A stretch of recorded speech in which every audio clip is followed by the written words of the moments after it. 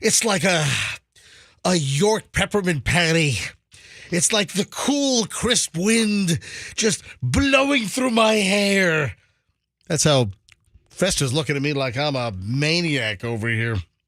Hey, it's crisp. It's like 55 degrees in Tampa. Let me check my phone here in St. Pete. Here in lovely, say, 60 degrees here. It was like 56, 57 degrees when I left my house this morning. That is crisp. Yes. Very refreshing this morning. It's like I'm on the top of a mountain. Remember those York peppermint patty commercials? Do they still do those? I haven't seen those. Hold on. You've never seen one? No, not in a while. Okay, all right. I remember back in the day. Because you said I thought you said I haven't seen those.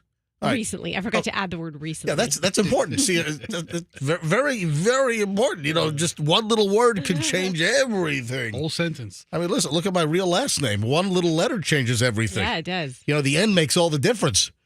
You know, in my real last name. Amen to that. When was the last time you had a York peppermint patty?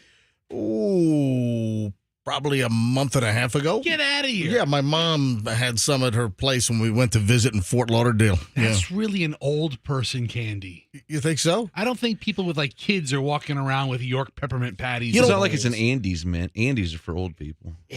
Andes are good. Also with York peppermint patties, sometimes at restaurants you'll see them at the reception desk or the counter, and they want like a quarter for you know what I'm talking about? Yeah. Not like the big ones that you go. Can you buy like if you walk into 7-Eleven or Circle K or Wawa? Oh, speaking of Wawa, man, their new pizza's getting clobbered. Have you seen that?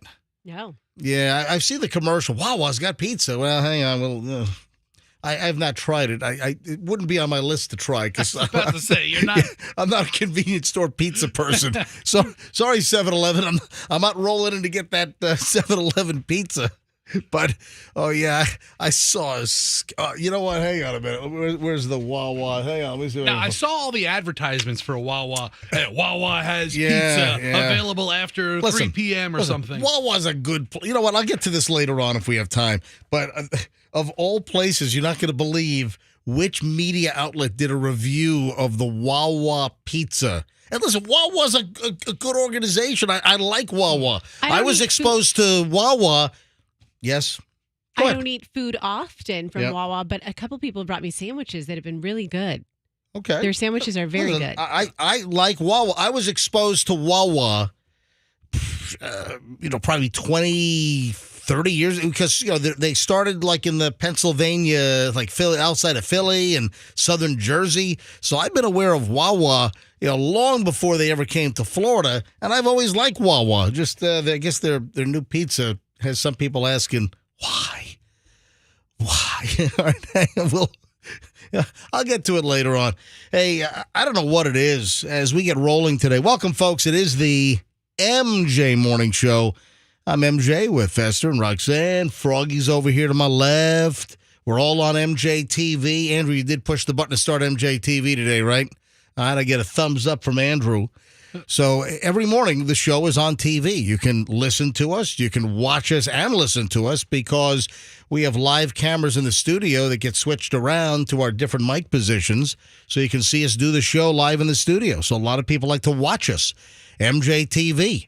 If you go to mjmorningshow.com and you click on MJ TV at the very top, there's a little graphic to click when we're live, so you can watch us live, or you can watch any of our shows later on. So if you're listening on the radio now while you're driving or whatever, and later on you want to see what it looks like in the studio, you can bring us up on your desktop, your phone, or whatever, and watch MJ TV at any time. Because after we finish the show live, the archive videos are all available. You can go back and watch last Tuesday's show if you want. A week ago or whatever. All right, so on the way in this morning, I almost got clobbered again. I don't know what it is. It really is multiple times a week, and I have noticed a marked increase in accidents in the Tampa Bay area.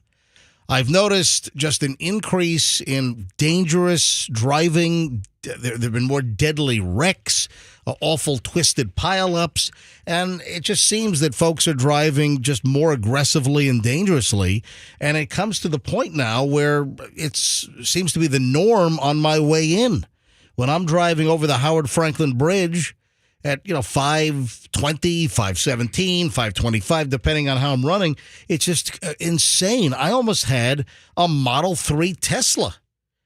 I mean, cream me this morning while I'm just driving in the number 3 lane, number 1 being the far left, then number 2, number 3, and then number 4 lane would be the one all the way over to the right, closest to the water on the right side. And I'm in the number 3 lane, and there was a car next to me in the number 4 lane, the right lanes, and here comes a speeding vehicle at insane speeds. I did notice it in my rearview mirror, and before you know it, this guy was within, it had to be less than a foot of my bumper, and quickly jerking the wheel over to the number 2 lane. So I almost got rear-ended. Model 3 Tesla, I would say going 110, 120 miles an hour. I mean, just insane speed. And this is a repeat of, remember the racers that I encountered on yesterday morning. A black Mustang and a white Chevy Malibu were driving in excess of 120, 130 miles an hour. And, cutting in between, I almost got clobbered by one of those cars as well. I don't know, 2 days in a row, I nearly have been rear-ended at ridiculous high speeds. I don't know what the hell is going on. I'm going to have to get helicoptered in. That's going to be the new contract. It might be. So yeah, that's safer. Yeah, I want to be helicoptered in every morning. Man, it's just getting dangerous out there. So why are you seeing more accidents? Because it's insane, these idiots on the road. All right, 6:07. So whoever you are, schmuck on wheels. I mean, literally schmuck on wheels in a darker Model 3 Tesla. Who the hell are you, and what the hell is your problem? We'll bring you in by boat tomorrow. My God. Yeah, go by boat. All right, 6:07. Just getting rolling. Hey, the crew's all here, folks. And we're back in minutes as we get rolling. Oh, don't forget, 9 o'clock hour, more Billy Joel and Sting tickets. This is a big show. A lot of people want these seats. Announced late last week, exclusive Tampa Bay only concert. Only place where Sting and Billy Joel are going to perform at Raymond James Stadium on Feb 24. And we've got a pair of tickets. You can win them right after 9 o'clock here on the MJ Morning Show on Q105. Stand by. 6:08, traffic with Pat, and then the MJ Morning Show is back in minutes. Stand by.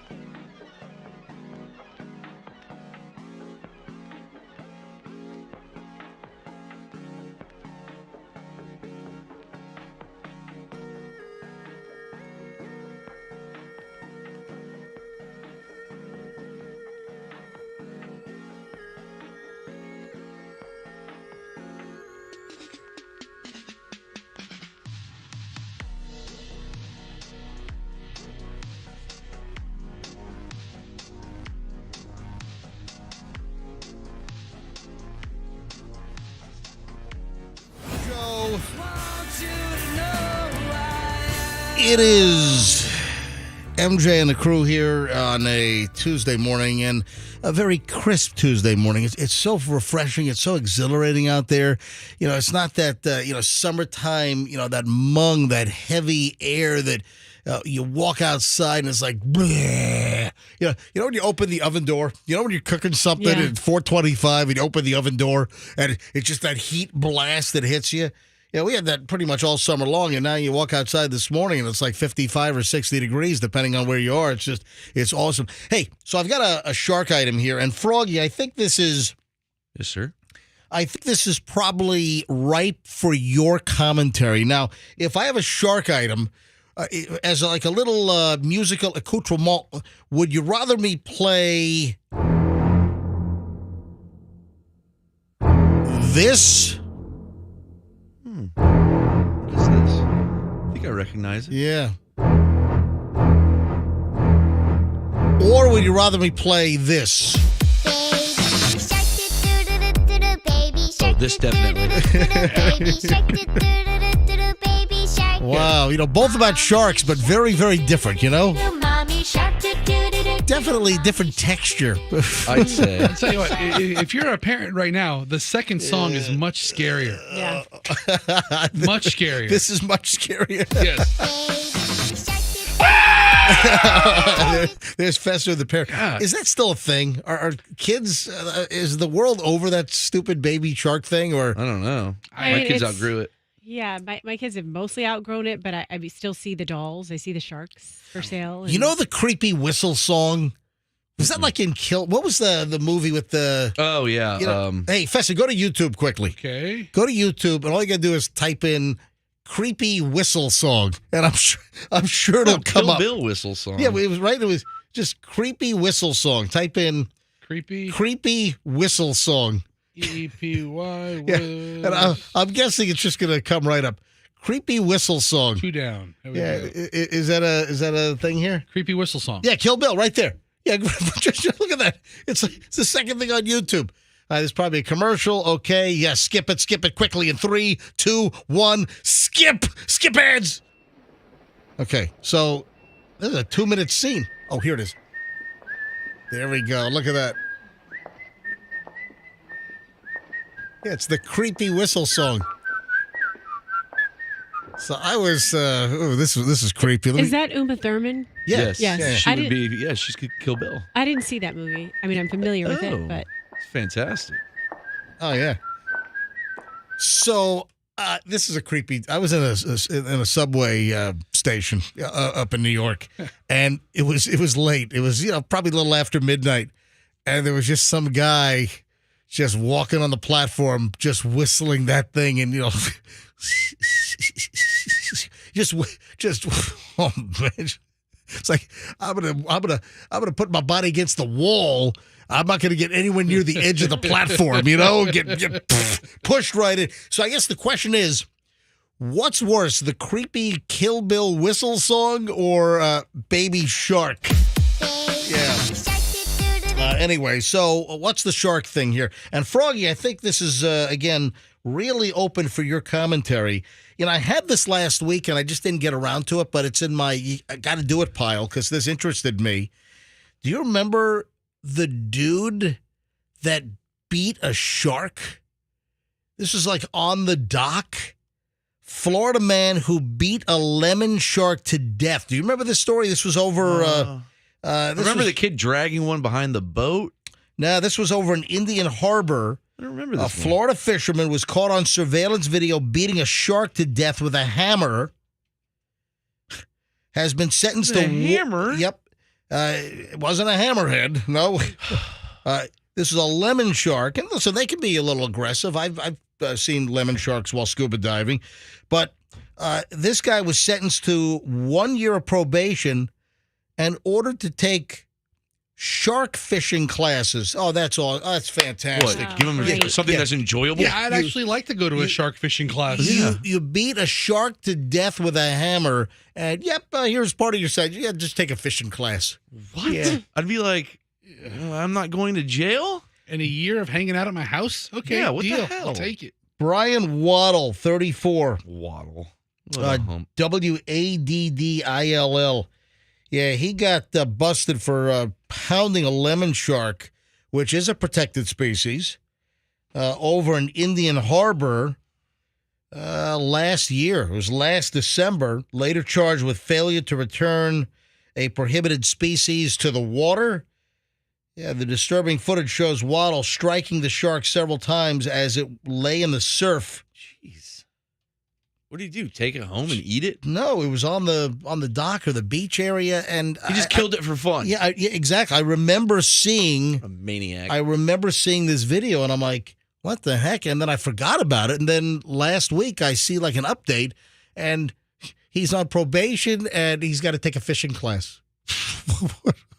I want to take a fishing class. So like, okay, it's like taking like a boater safety class. All right, make sure you got your life preservers on board. That's what Kevin O'Leary had to do. So I'm not a fisher person. Yeah, you mean a fisherman? No, I want to be gender neutral in this. Well, how about a fisher they? I'm a fisher them. Fine. You don't fish. A fisher them. Yeah, I'm not a fisher human. If you catch a shark, can you keep it? Or is there some species? No, you have. You return like the I said shark. to the, like I said in the last bit of the story I did. No, it's a protected species. You got to return it. Because you said lemon shark. What if you catch like a? Why would you keep a shark? You don't eat them. You can eat shark. Well, you can mount one on your wall. No, don't do that. Isn't like shark? My uncle had a hammerhead on his wall. All growing up as a kid, I always used to look at it. It's just horrifying. A hammerhead head? No, the whole damn shark. You've never gone to a place and you see like the whole shark. Yeah, like a tarpon. How big was Not the a shark? It was bigger than me. I mean, you were 3 probably. No, I mean I saw it not that long ago. Your uncle still alive? No, he passed. So how'd you still see it? It was still hanging out over there? His wife is still alive. Oh, okay, it's a family heirloom. She has it in memory of him. So that's my husband's hammerhead. How big is the hammerhead shark that your uncle had mounted on his wall? It's huge. It like takes up the whole length of the couch. Like 6-7 feet? I would say 6 feet. Holy crap. Isn't like a shark fin soup a thing? Can't you make that out of? Yeah, they cut them off the shark illegally. Yeah, I don't know. I'm asking. It's like a Chinese delicacy deal, and I'm not a big fan of shark fin soup. All right, so moving along here. This is a nightmare. Can you imagine? A woman moves from Florida up to Virginia for a brand new job. She works there for 7 days, and then they tell her, "You've never really been hired." What? They didn't like process her paperwork? This is idiotic beyond belief. This is like a true morons in the news story. All right, hang on to that thought. I gotta give you more detail. I want a little more time, so I'm gonna lead morons in the news with this next. You get hired, you think. You have all kinds of consultations, and they're talking about reimbursing you for your move and everything. You move 1,000 miles or 800 miles away, whatever it is, and you work there for 7 days, and they tell you to get out. You've not been hired. What the? All right, you got to hear this, as well as a lot of other crap coming up next on the MJ Morning Show here on Q105. Stand by. Really?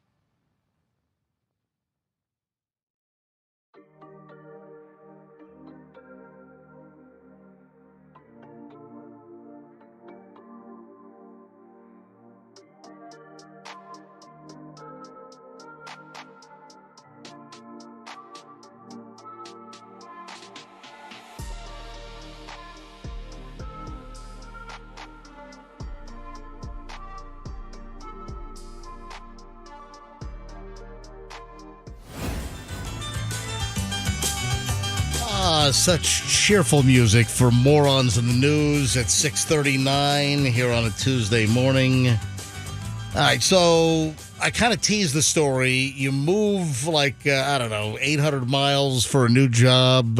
All indications are you're hired. You work for a week, and then they tell you you've never been hired. How the heck? I mean, I was trying to figure out, where do I categorize and classify? I'm going with morons in the news on this one. And, is there blame on both sides? I want to present the details. So I saw this from the Business Insider website, and it's a 24-year-old woman who moved from our state, moved from Florida up to Virginia. Her name, Cameron Spina, and she worked for 7 days as a sports coach at a Virginia college or university. Now, Insider, they know the university, but they were asked not to reveal the university because of potential legal issues here. But check this out. The woman moved from Florida to Virginia, brand new job. Cameron Spina applied for this job as a cheerleading coach at a college in Virginia. Oh, she was excited.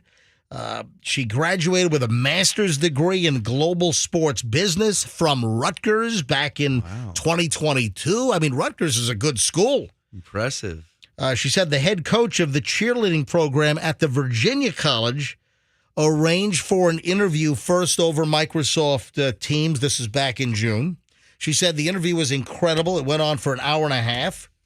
They clicked. They hit it off. She said, oh, man, it was like I knew this guy my whole life. Then she gets an email from the coach asking her to visit the facilities. So she goes up. They rent her a car. She gets there.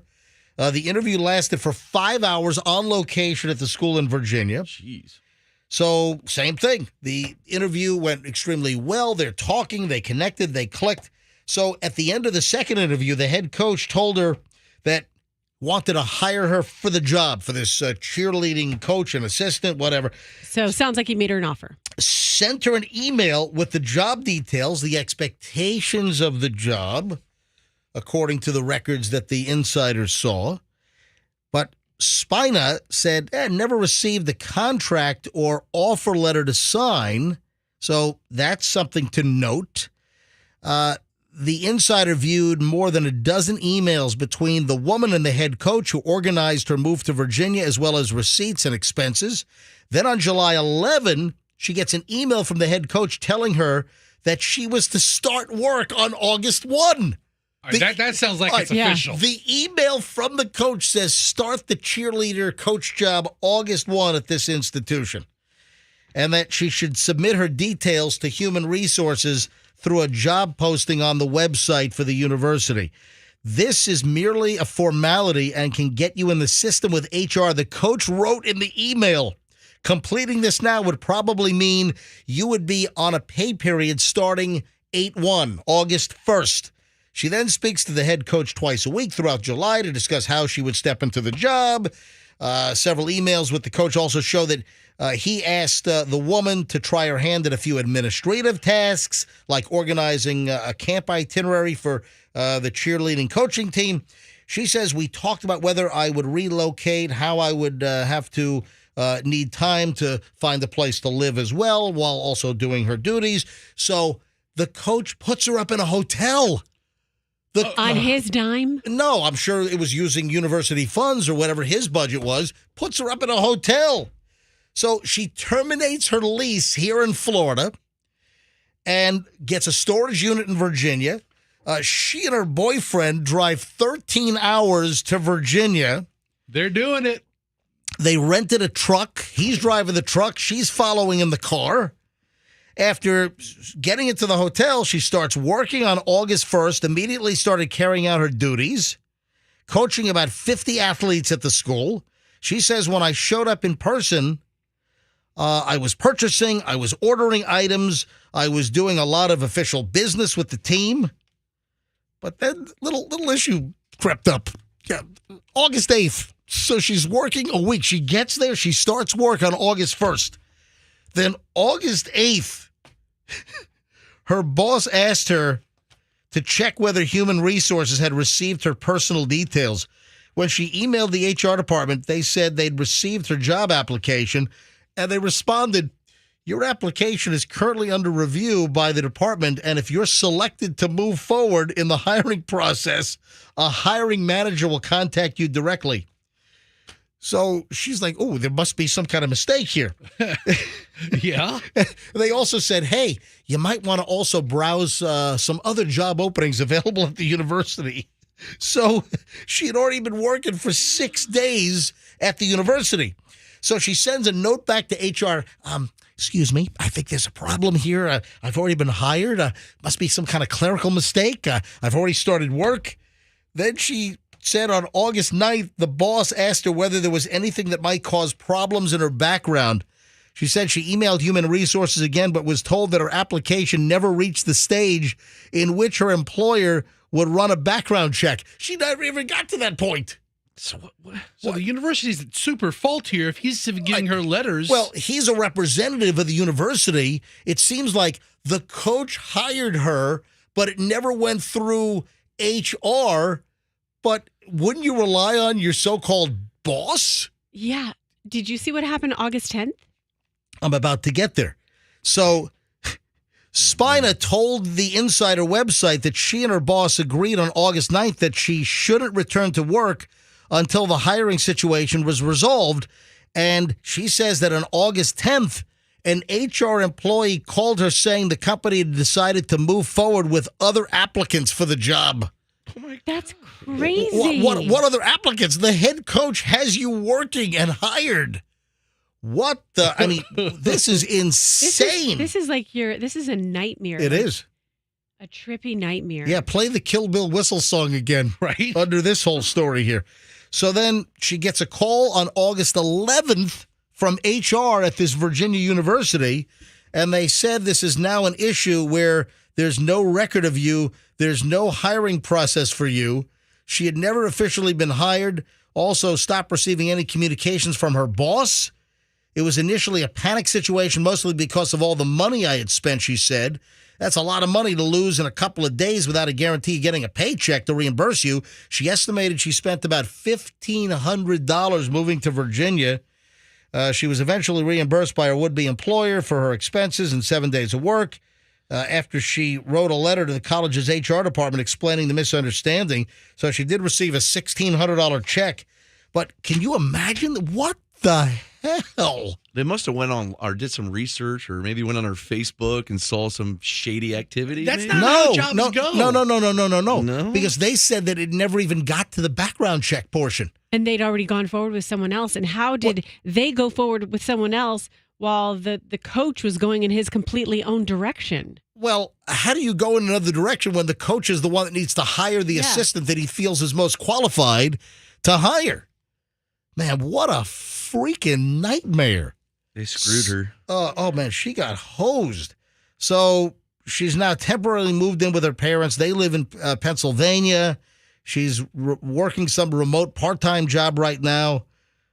She says, I now know not to move forward with anything until I get official documents. Listen, whenever I've taken a job at any radio station, if I get an offer, I've always gotten a letter of intent and a formal, job offer in writing. I've always done it. But listen, she's got a master's degree, but maybe she's not that keen with business acumen. But still. I mean, you get a letter from the coach, come start work this day. Every indication is that you've been hired by the coach. I think that's essentially a reliable indication that you've got a job. And then it never went through the HR process, and that's just a complete and total nightmare. Hey, let me ask you a question. If you're a woman looking for an exotic dancer job and you're having trouble getting to the job interview as far as transportation goes, what do you do? I mean, would Uber be counterproductive? Because, your first two dances would have to go to paying off an Uber fee. I don't know. Well, listen, obviously you steal a car. This is why we call it Morons of the News, folks. Police say that an Indiana woman didn't think it was a big deal when she stole a Kia from a car dealership in order to drive to Indianapolis for a job interview as an exotic dancer. Kias are nice. 20-year-old Cassia Shelton of Muncie, Indiana, stole a Kia from a car dealership to then drive to the job interview in Indianapolis. Did she steal the key to the Kia? She must have. She obviously had it. Aren't the Kias, some Kias and Hyundais, aren't those the ones that you can break the steering column and start it with a USB drive or something? Yeah, I think that happened. No, it's an ongoing problem. Yes. You've got police departments all over the country that are freaking out over all the car thefts of certain model Kias and Hyundais, right? I think last year the city of Clearwater gave away the club. No, it was St. Pete, I thought. Or was it? Oh, no, it was both. You're right. Yeah, it was Clearwater and St. Pete, I think. They were giving away free clubs. Yeah. Anti-theft technology Yeah, from the from 1970s. 1979 club Hey, man, they technology. still work. Oh, man.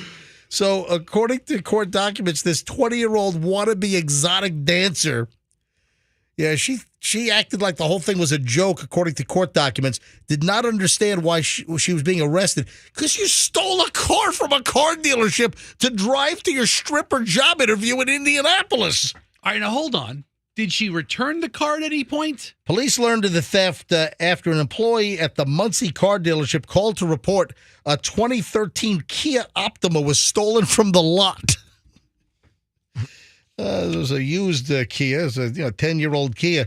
The employee told the officers that Shelton came to the dealership and asked to look at the 2013 Optima.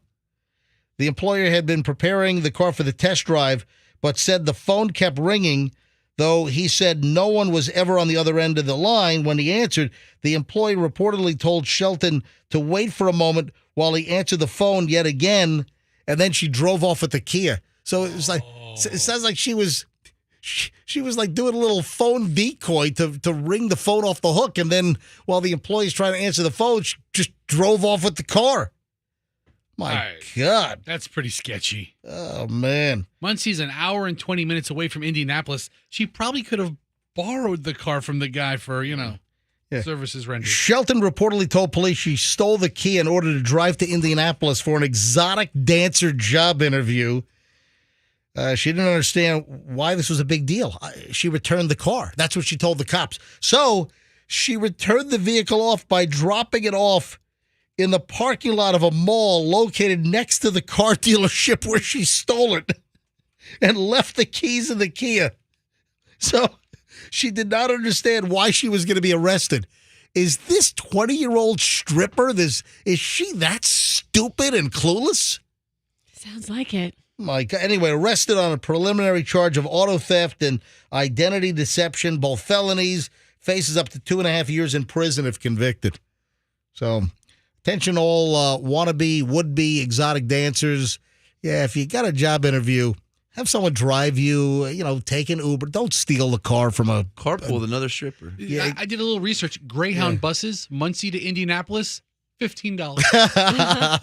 Wow, that's nothing. There you have it. All right, 6:50. That's why we call it Morons in the News, folks. And I'm going to probably have to do a second chunk a little later on. Hey, you know what the devil's chair is? Anybody know? Halloween's getting close here. The devil's chair. We ought to send Fester to the devil's chair. All right, hold on. I'll explain the devil's chair next. Also, Elon Musk is going to kill you. Come on. Yep. No, let me explain. Elon Musk is going to kill somebody. Hang on, or multiple people. I'll explain. It's not the monkey implant deal in the brain. No, it's something else. All right, hold on. All that next on the MJ Morning Show here on Q105. Hey, folks.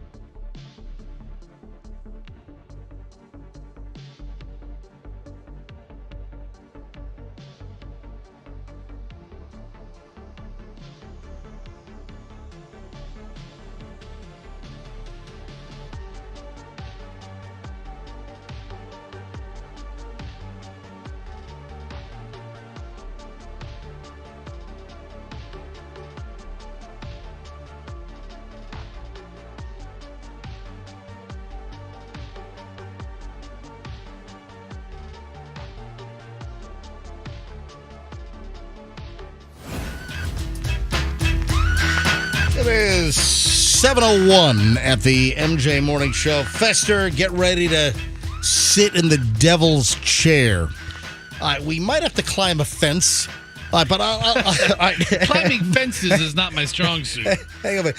Now, did you ever go to that haunted road? What do they call it? It's over near, like, in Orlando. What is the name of that thing? Is it Spook Hill? Spook Hill. That's it. Spook Hill. So when my cousins moved to Winter Park, which is, just outside of Orlando, and this is back in the 70s. I was like, I don't know, like 10 years old or something. And I remember that, this was such a big deal. So we went to visit them. They moved from New York. They moved from Westchester County, from Ossining to Winter Park. And, hey, you guys got to come visit us. And, we always came down to visit the grandparents. My dad's parents lived in Lake Worth, over on the East Coast in Palm Beach County. My mom's parents, they lived in Hollywood in Broward County. We were always coming down. We were always we never flew. Dad loaded up the station wagon. We always drove down to Florida, whether when we lived in New York until I was 11 years old or when we moved to Virginia. Man, that was a tradition. Every Christmas and also every Easter break, it was like religious. We never like traveled. We never got on airplanes and flew to like different states and drove. We drove everywhere. Yeah. Nothing international. My parents never took us like international when I was growing up. So it was always the road trip to Florida. It was every single time during Christmas and every single year during Easter break from school. Always got in the car. That's where we had the famous pee bottle. Remember? That's right. Yeah. Remember, Yeah. my dad didn't want to stop for my brother and I. My brother's 3 years younger than me, my brother Drew. So here's the deal. We had a pee bottle. It was a 1 gallon plastic jug. And That's disgusting. yeah, and it was in the back seat. And my parents or my father in particular, just got sick and tired of having to stop all the time. Dad, can we go to the bathroom? And a lot of times, it's because we saw like Crazy Joe's fireworks or something and we wanted to stop there. Yeah. Fireworks. And my brother was so into fireworks. And my brother would be sleeping and I'd nudge him and go, fireworks! Oh, God. And then he would start screaming, Daddy, stop. And that became sort of a thing. And my parents had to threaten me that if I taunted my brother with fireworks, because I used to go, fireworks! Just for no reason? Well, when you drove south through like South Carolina and Georgia, I mean, those fireworks stands were everywhere. I remember there was a place called Crazy Joe's Fireworks, and you used to see billboards like 50 miles out. And you get there, you expect some like Disney World sized place, and it was like a double wide trailer. Dude, I felt that way. I felt that way about south of the border. Oh, that's the same thing. It's a place that's a dump, total Right. dive. But we always stopped there, even to buy some like cheap junk. Anyway. Crazy Joe's is still in Hardeeville, South Are Carolina. you serious? Crazy Joe's Fireworks is still there? Yes. Wow, it looks like they've moved to an abandoned 7-Eleven now. Wow. Fester showed me a picture. All right, business is picking up. Let me get back to Spook Hill and then to the Devil's Chair. So my relatives, my cousin, my aunt, they moved to Winter Park. We go to visit, and we're looking for stuff to do, I guess. And we got to go to Spook Hill. This is in Lake Wales. It is. So Right. it's in Polk County, but it's not. It wasn't a far drive. But for some reason, when they moved to Winter Park, among the big local-ish attractions, people educated them immediately to Spook Hill. What? That place is kind of weird. Oh man, Have you ever done it? dude? He's talking about it. What are you? But I'm saying, it does it. It works. I'm talking about it right now. I don't understand how that works. Right. So the legend of Spook Hill, ages ago, an Indian town on Lake Wales Lake was plagued with raids by a huge gator. Anyway, so God. Well, that's what the sign says. Stop the car on the white line, place in neutral, and let it roll back. But you're facing downwards on a hill. Yeah. So that's You're going uphill backwards. yeah. So that's Spook Hill. Listen, I can't remember. There's obviously an explanation for Spook Hill. So that's another one of these like little legendy, spooky thing. But now, the reason why I'm doing this whole segment is the Devil's Chair. Now, with Halloween, just 10 days away, 12 days, whatever it is, a couple of weeks away. 2 weeks away. Fester, we got to get you to the Devil's Chair. Let's go. And it might include you having to climb a fence. Ugh. But this is in Volusia County. This is another spooky Florida story. And it's the Lake Helen Cemetery in Volusia County. And there is a feature known as the Devil's Chair. Bring up a picture of the chair. All right. It is a brick and masonry like chair, like a big wide like living room chair, like a giant like masonry and brick barca lounger that's made out of brick, and it is very, very old. Now, this community was founded back in the 1800s, blah, blah, blah, and inside the cemetery on a particular plot, there's something called the Devil's Chair, and it's inside this family. I think it's the Thatcher grave, right? Is that what it says? Yeah. So it's the Thatcher plot, and you've got a couple of big, giant monument headstones up front, and then in the back of this kind of U-shaped brick enclosure, which clearly goes back, 150 years or so, there's this brick chair. And legend has it, if you sit in the chair, you can communicate directly with the devil. Oh, my God. Look at Ryan, scared Roxanne. All right, wait a minute. It gets better, though. Wow. If you leave it, did you say how? I said, wow. Oh. I wouldn't All mind right. talking to the So, devil. hold on. It gets even better, because if you leave an unopened beer on the devil's chair at night, it is opened and emptied by morning. I think Is that's it a specific brand of any beer? Could be White Claw. Could be a. well, White Claw's not a beer. well, it's a seltzer drink. Devil's an drink. alcoholic. Yeah. So I'm thinking it's probably just Willie the caretaker. Right? That's what I'm thinking. I keep falling for this. But I Been want- drinking free for 50 years. All right, Fester, I want to send you to the Devil's Chair over in Volusia County. Let's go. It's a little town called Casadega. Yeah, Casadega is where all these psychics are. Well, It's like its town of psychics. well, I guess you know all about that. I've never been But how'd you know that? because I've heard of it. So you've heard of I've never heard. Casadega. I've been in Florida since 1993, and I've never heard of. I'm sorry, I've been in Florida since 1992, and I've never heard of Casadega. Yeah. Just across I-4, people go take trips there to see. It's like a whole village of psychics and mediums and fortune yeah, tellers. gypsies. Yes, So- she's exactly right. Right up your alley, I guess. Right? I've never been. Oh. You want to go? Will they touch you on the Yeah. face and Tell you you lose what. 200 pounds? Why don't you take a road trip with Fester? You can go see some kooky psychic that's going to feed you a head full of crap, and then Okay. Fester can go sit in the devil's chair and leave a Bud Light or something. Why don't you leave something real special in that chair? Yeah, right. The devil really get upset with me. The devil's chair. Thank you for sitting down in my chair. What's up? So, because of vandalism, the cemetery over the years had fencing installed Oh. around the cemetery. That's why it might entail you having to climb a fence. I mean, there has boy. to be access to the cemetery, right? I mean, people have to be able to access a cemetery. All right, so this Halloween, man, I'm telling you, Fester, I want you to before Halloween, I need you to take the kids on a road trip How fun would that be? and go all sit in the devil's chair. Yes. Have your little 8-year-old kid leave some beer on there and everything. That's right. It sounds like fun Central Florida time. That's what I'm thinking. So With like messing with the devil with the kids. the devil's chair. Hey, and I mentioned that Elon Musk is going to start killing people. I would never do such a thing. And and it's not this creepy company that he's backing for like brain implant computer interfaces where they're like, did you see like some monkey brain exploded or some monkey went crazy during the research? And they're looking for human volunteers to get Elon Musk's brain implant chips? Yeah, no thanks. Wait, his brain exploded? Are you serious? No, some monkey during testing apparently went insane and crazy. Oh, my God. Oh, yeah.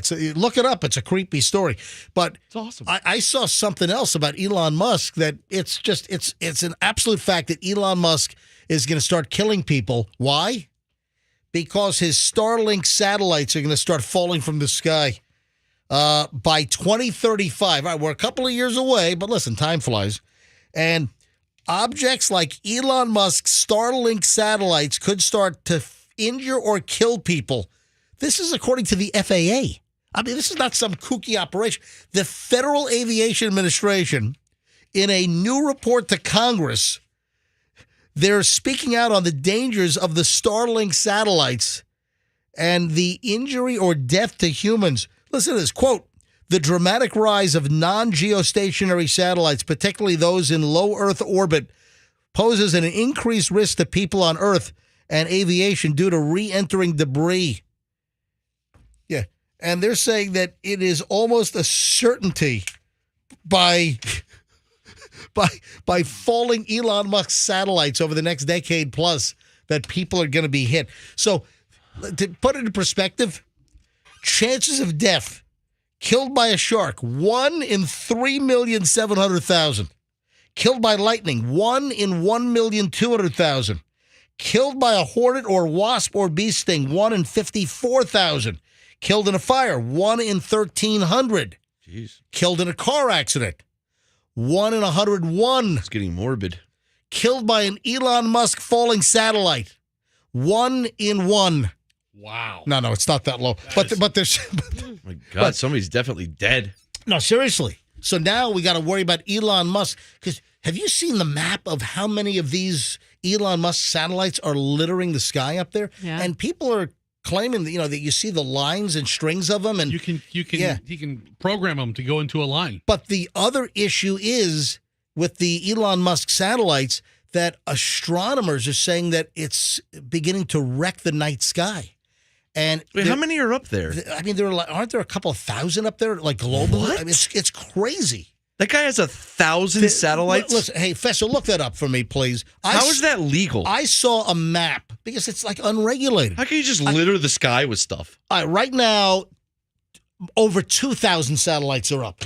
Over 2,000. And you have astronomers that are saying that, yeah, it is going to be an absolute a wrecked experience to be able to look up at some point with all of the pollution from these satellites.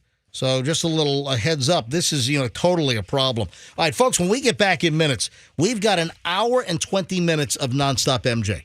Hey, I got to get to these slang phrases. I've got this list of slang phrases. Also, a very Florida term, which I've got to confess, I never heard of this. I heard of like a similar expression, but I never heard of this particular word. I mentioned it to Fester yesterday. He said, oh, yeah. Yeah, Fester knew right away with this one. I never heard of this. All right, that's among a lot of things we're going to get to in the, and I've got a cooking hack that is gross. Wait till you hear this. It involves, all right, all right, Tampax. All right, hang on a minute. What? Yeah. Hang on. I'll explain. Ew. Hold on. You got to hear all this, folks. We're back in minutes on the MJ Morning Show here on Q105 with an hour and 20 minutes of nonstop MJ. Also, don't forget, we got a pair of tickets to see Billy Joel and Sting at Ray J. We'll give those away in the 9 o'clock hour, so make sure you're listening all morning long. Now, if...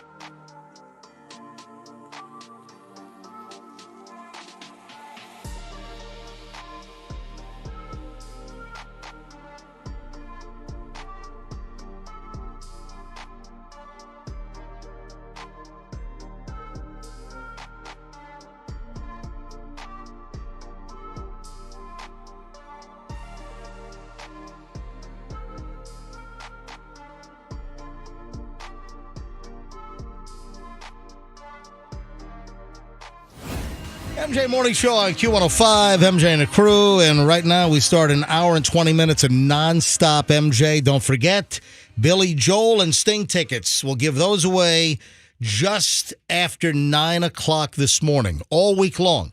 In the 9 o'clock hour, every day this week, we're giving away tickets to this very exciting, exclusive Tampa Bay only. There's nowhere else on the planet that Billy Joel and Sting are going to appear together other than Ray J on February 24th, and we've got your tickets this morning again after 9 o'clock. Hey, I wanted to get into the slang thing, and I will, just this weird slang term, and I've been in Florida since 1992. I've never heard of this. I've heard of sort of like a counterpart to this, but I never heard of this. What is the slang term, and have you heard of this? Apparently, it's very, very Florida. Listen, I consider myself a Floridian. I mean, I've been here since 1992. My kids were, both born at St. Joe's in Tampa. So I'll get to that in a second. First, though, I just want to reveal something here quickly. Oh. During the break, Roxanne just snuck up behind me. Oh. Roxanne came up behind me, very close to me. What's going on? And she wanted me to rub her. Oh, stop. What? You had me rub your arm. Yeah. You're like, here, yes, rub this, feel this, touch this. I'm like, yes. What? You know what? That might have been caught on MJTV. Good. I hope it was. When we go to break, when we go to the commercial break, the screen is not like full. Andrew, what happens? It gets like grayed out a little bit, but people can still see what's going on, right? Yes, it's shaded. All right, so were you in there? Could you see Roxanne come behind me and have me rub her arm? All right, so Roxanne, would you like to explain what you just did? I mean, this is really bordering HR. Fester, would you like to rub my arm as well? No. I am Feel it. I am I think, nobody. I think you're setting me up. Rub it. It's What was that? Smack it, flip it, rub it down. What was that? No. Do me, baby. Was that the song? Yeah. Do me, baby. How'd it go? Was it smack it, flip Smack it up, flip it, rub it down? Yeah. All right, That might be. Is that the same song? Is it "Do Me, Baby"? Maybe we're conflating. I don't know. But anyways, I wanted you to feel my shirt because this is a brand new Greatness Wins shirt. I have to disclose that I'm an investor. And wait. What? Oh, wait a minute. This is all for us to talk about. No, you asked me. Now you're telling me. No, you didn't tell me that a minute ago. No. You're having I me didn't. rub your body during a commercial break to feel your arm up. Yes. Because of this fabric of I'm this. watching it now. Oh, hold on. Did you find it? Yeah, I'm watching it on my phone. There it is. I mean, look, it's on video. I'm not making this up. It's on video, and I'm like tentatively. Look, she's putting her arm out. I found it. I know. That's what I'm saying. It happened. It's on the video. She's prepping. She's prepping behind you. She's like, "Look, MJ, feel my arm. Feel it. Look, it's video proof. I describe what. You're Fester, like, oh, great. Describe you don't even what- care. Describe what you just saw. Because I'm like wondering, am I being set up? Are there cameras hidden here? No. Well, there are cameras. Wait, okay, it's MJTV. Can you explain what I said to you afterwards? MJ could not have less affectionately touched anything. And Well, because he's at a distance. His arm is stretched as far as it could. He touches it with like pincher fingers. I got spooked. I'm like, what is Roxanne? I said, touch this material. I said, feel this material. Feel it. And you're an Feel it. investor in that shirt company? Hold on. You Yes. came up behind me and wow. said, MJ, would you like to touch me? I didn't say touch me. I said You did. I said I want you to feel this material. I said this is the women's line for Greatness Wins. You were like It Samantha just- Fox. Touch me, baby. Wasn't that a song, Samantha Fox? Touch me. Sounds right? familiar. Remember, touch me, Samantha Fox. Anyway. Wait so- a minute. Greatness. That's Derek. What's his name? Yes. Derek Jeter. And Wayne Gretzky. All right. What, And you. Hold Yes. on. Wait. What? Whoa. Yeah. So you had me feel up your arm minutes ago to feel the fabric on your arm, and that you're telling me that you're involved. Here's Samantha Fox. Thank you, Andrew. Ew. All right, so that was like a song back in like 1987, 88 or something. I believe Roxanne was just innocently trying to get you to feel how soft her fabric Yeah. is. It really is soft. It really does feel good. So you're an investor in this shirt that involves Derek Jeter and Mike Tyson? Not Mike Tyson. Who was the other Wayne one? Gretzky. Oh, Wayne Gretzky. I'm sorry. I Yeah. confused the two. Wayne Gretzky, and it is, and Misty Copeland, Who the hell's ballet that? dancer. Who? Misty Copeland? Yes. I'm What's sorry. up her? I'm not up to speed on ballet dancers. Yes. So Does it's she twirl on her feet? she does. She's On her a toes? ballerina. Was All right. Mike Tyson not available? I mean, that would have been great. Wait a minute. So how did you get involved in this shirt that you wanted me to feel? I invested in the company. Oh, because Derek Jeter? It's not a private. It's not a public offering. No, it was a private deal. But yeah, so here's the thing. I never asked said, about the prospectus, but Yeah, go ahead. no. I'm just. So through your relationship Yes. with Derek, Doug's Okay. best friend, he said, "Hey, pal, instead of me just being the only billionaire, how about I take all your money and put it into my sweater you line?" got to disclose now that Yes. you are what's the name of the shirt? Greatness wins. Okay, and how much money did you put into this thing? I mean, now that Well, now we're getting too personal. We're Yeah, getting like that's too any of personal. your business. Well, what percentage do you Well, have? how much money did you put into PDQ? Ooh, That's a at big- least $100. $37.50. All right. it's a great investment. Like he gets like free tenders for life. I mean, Yeah, it's really yeah, a that- great that really investment. is. No, I pay for every visit. All right, go ahead. So here's the thing. I asked you. I walked over and asked you. I said, wouldn't your wife like something like this? And then I circled around to the other side and I said, what size does your wife wear? Because I know you guys do all your workouts That's why you together. were asking her. Oh yeah, that's right. She said, "What size does Michelle wear?" And what I'm did like, you say? I don't know. How do you not know what your wife's I size don't is? know. 4, 6, 2, 0. I don't know. You just named 4 different numbers. There's a big Four- difference. for all of those. She got the 4620. She's got, Don't call a 4 a 6. Don't call 6 a 12. I know. All right. So when did you invest in this shirt company? I guess they make all kinds of athletic wear or what? Yeah, okay, for men and women. But Where the female line, the women's line just came. It just launched last Where are week. the products made? Greatness wins. No. Where are they made? Where are they made? Are they made in Bangladesh? Are they made in Vietnam? China? Where are they I don't made? think that matters. No, it Oh, I- exactly matters. Oh, I know this I'm a is, label shopper. Have you ever wondered the impact the clothing you wear has on the environment? Greatness wins isn't just about winning; it's also about being kind to the environment. Are you reading that off of a card? Are you on the Home Shopping Network? MJ, what is this? I don't What is not this on the website? Just this in general. I don't know. Okay. She has me rubbing her arm to feel her fabric, and then kind of just it slides in that she just invested in this company. We you know? believe in ethical manufacturing and responsible sourcing. You're just reading their freaking website Wow. now. We're climate neutral. Do you even Climate neutral. do you have a percentage or do you have a quantity? Yes. All right, so what percent do you I'm have? not telling you. Come on, what percentage do you have? I can assure you, Wayne Gretzky has more. Yeah. How much does O.J. Simpson have in this company? You know what? I hear they're slashing prices. This has got to be the worst thing to happen to this company. Roxanne debuts it on the radio just reading off the card. We are an ethical company and we care about All right, social you, impact. You felt very soft. Yes. Isn't it soft? It- It really it's is. very Yes. soft. It's Anyway, good looking. enjoyable, Looks good. enjoyable Hey, rub for you. Yes, thank you. Hey, but when you've got big names behind a clothing item, Yeah. it doesn't mean it's going to be a success. Thank you, And- Mr. Naysayer. Well, but Yes. no, hold on a minute because You're right. Hold on. It turns out that I'm going to get to the slang term in just a second. Hold on. I'm sorry, but this show, we're not scripted and things just kind of organically develop, like Roxanne having me rub her a few minutes ago. All right, so here's the deal.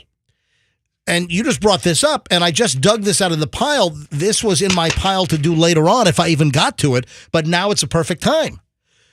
Story that I saw a couple of days ago. Rumors surround the future of Tom Brady's TB12 business losing tons of money. Yes. So the Tom Brady clothing line, that whole TB12, apparently is bleeding. It's gushing money, and it's not a successful product. Now, Tom Brady, big name, very successful athlete, signed a $1 jillion deal with Fox as an analyst. And the clothing company, though, apparently is hemorrhaging. It's a crowded marketplace. Well, Yes, it's competitive, I should say. Isn't it more than clothing? Isn't it also supplements and like dietary guidance? I think yes, you're correct. I think you're both correct. There are supplements and stuff like that. But He's got a lot of stuff in his line. Right, but I think you're just talking about the clothing. The clothing brand. line. Yeah. So Okay. I don't think it's doing that well. Rumors are circulating regarding the future of Tom Brady's TB12 company and whether or not he is still in business with his longtime business partner. This was the post over the weekend. It all started with a tweet from former NESN host Dale Arnold. Word I'm hearing is that Tom Brady and Alex Guerrero are no longer in business together. TB12 seems to be closing all facilities, and there may be a new business model for Brady. Anyway, so I'm just saying, just be careful. And, Roxanne told me that she put her house up as collateral for this new clothing line. And that she took all of her kids' money from their savings accounts and invested it. Yeah, yes. Whatever it takes. We're just Whatever it putting takes. all of our eggs in one basket. Listen, I wish you the best. I hope you become a billionaire with a 0.11% or whatever it is. Yeah. Yeah. Wait, 0.0001%. Mail the CEO this air check and he'll buy you out today. All right. Hey, I do have to tell you, just a little correction here. And this texter said Tom Brady's TB12 is the dietary part, and Right. it's not Brady brand clothes. So Right. he's differentiating, and I think he's right. Okay. All right. Because I saw the story that I saw had Yeah, I thought had the clothing line and everything. his partner Pedro Guerrero was Was part of the supplement stuff. yes. I don't know. I don't care. But listen, the bottom line is just because you have a name attached doesn't mean that it's bound for success. That's a good warning. All right, on to the pre-planned. So, listen, I want to be correct though. If the item that I saw, if I don't have, if there's additional information, So what about? But you don't hear anything about the clothing line either. yeah, I don't see too many people walking around with those T-shirts that Yeah. just say Brady on them. Right. All right. Nice design. Yeah. All right, so it's going to be just a gray shirt. Arial just font. say Brady. All right. Now let me move along here. Yes. Slang term apparently is Florida born, used all the time in Florida. Apparently, if you haven't heard of this term, that maybe you're not a true Floridian. Well, listen, I've been here since 1992. Both Chloe and Julian were born in Tampa at St. Joe's Women's Hospital. So they're born and bred Floridians. You ain't no Floridian. Man. Listen, You're a New Yorker. You're a Yankee. Listen, I grew up in New York till I was 10 and change, and then we moved to Virginia. So I got a little bit of New York, a little bit of Virginia Beach. My formative years were really in Virginia. All right, so here's the term. Jiffy feet. Roxanne, you were born here. You were born in Dunedin, right? I was born in Tampa. You're born in actually, Tampa. but I grew up. You're correct. I grew up in Dunedin. Grew up in Dunedin. So, have you ever? So, Roxanne, you didn't light up. You didn't go. Oh yeah. You didn't go all. You light me up. If you're feeling good, you light me up. You didn't light up. You light me up. You light me up. All right. So you don't know what Jiffy feet is, do you? Jiffy feet. I mean, immediately what comes to mind is like Pickwick feet. Ew. Oh, hold on. Stop right there. Now, but you'd never heard the term Jiffy feet, though. No. Okay. And you're a born and bred, raised Floridian. I think I know where you're going, and this is a point of contention in our household. All right. Hold on. Hold on to that thought. Now, Fester, I saw you with facial indications, and you might have even nodded. It seems that you know what Jiffy feet are. Yes. Yes. I've heard the expression. And you think you know the definition. And all right, hold on to that thought. Yes. Now, Froggy. Yes. You ever hear the term Jiffy feet? I have not, but I think I know what it means. See, where were you born, Froggy? Oregon. No, just stop it. No, you born. No, I was born here. Yeah, Froggy was born and raised here. Tampa That's right. Catholic kid, right? That's right, Yeah. buddy. Go Crusaders. Yeah, with Channing Tatum was in Froggy's class, believe it or We not. don't talk about him. Yeah. Talk about Jiffy feet. Yeah. That guy. All right, so I don't know what Jiffy feet are, or I didn't. Roxanne, from Florida, born here. Froggy, born here. Fester, you were born in Long Island. You're a Yankee, too. Yeah. And Fester's the only one that knows what Jiffy feet are. Yes, Rox? Creative answer: when you put Jif peanut butter between your toes and then a dog licks it. Oh, No come brainer. on. Really? Listen, That's a fetish. this isn't Fantasy Island, Roxanne. Listen, save that for Friday You night. got to go to that urban legend that the surprise party and all the people, Go. What was that story about the peanut butter and the dog and all? All right, anyway, all right. So, Fester, why don't you explain what you think Jiffy feet are? All right, so Jiffy feet, and Roxanne isn't wrong. It is just filthy bottom of your feet. Just when your bottom of your feet are just blackened from asphalt or dirt. Just walking barefoot. Walking barefooted. And I have known it as... I've always called it 7-Eleven feet. Exactly. So I've always known those, and I knew that since I was a kid, and 7-Eleven in Virginia Beach. 7-Eleven feet are like the rednecks that'll just walk into a 7-Eleven, just out of the car, into the parking lot, into the front door, and they're just walking barefoot at the 7-Eleven, grabbing a six-pack of hams or whatever. Just filthy, totally blackened from the dirt. Yeah, some natty light. Grab it. And you look at the bottom of their feet, and they are just, black like tar. I mean, 7-Eleven feet. But in Florida, the same situation, the same type event in Florida, condition is what I'm trying to say, the same condition known as Jiffy feet. And I never knew this until yesterday. Is it because of like Jiffy Lube? No. There's no connection to a company or a store like 7-Eleven feet. What's the connection? That's just the term. The phrase is Jiffy feet. When I think of Jiffy, I think of Jiffy Pop. Exactly. It makes me hungry. Yeah. Or Jif peanut butter. Or like, okay, I'll be back in a Jiffy, so I'm going to be gone so quick I don't even have to wear shoes, something like that. Never said back in a Jiffy. So the phrase... That's a thing though, right? I mean, I've heard the term, but the phrase Jiffy feet is the dirt. Ugh. The layer of dirt on the bottom of your feet when you walk around barefoot. So that's... Okay. And apparently there was a chain of stores in Florida called Jiffy, or Andrew seems to know this. Yes, Andrew. Well, I'm reading that it's a reference to all convenience stores, but there are a lot of these little tiny like gas station or little stores called Jiffy stores. Oh, yeah. Oh, the text lines are blowing up. So Jiffy was a store. there Jiffy was a is store. Jiffy a was a store. connection. Yeah. So that's where we think it came Okay. from. So you can hear Andrew in the producer's booth. The phones are ringing off the hook. You're getting texts out the wazoo right yes. now as well. Yes. So thank you for that information.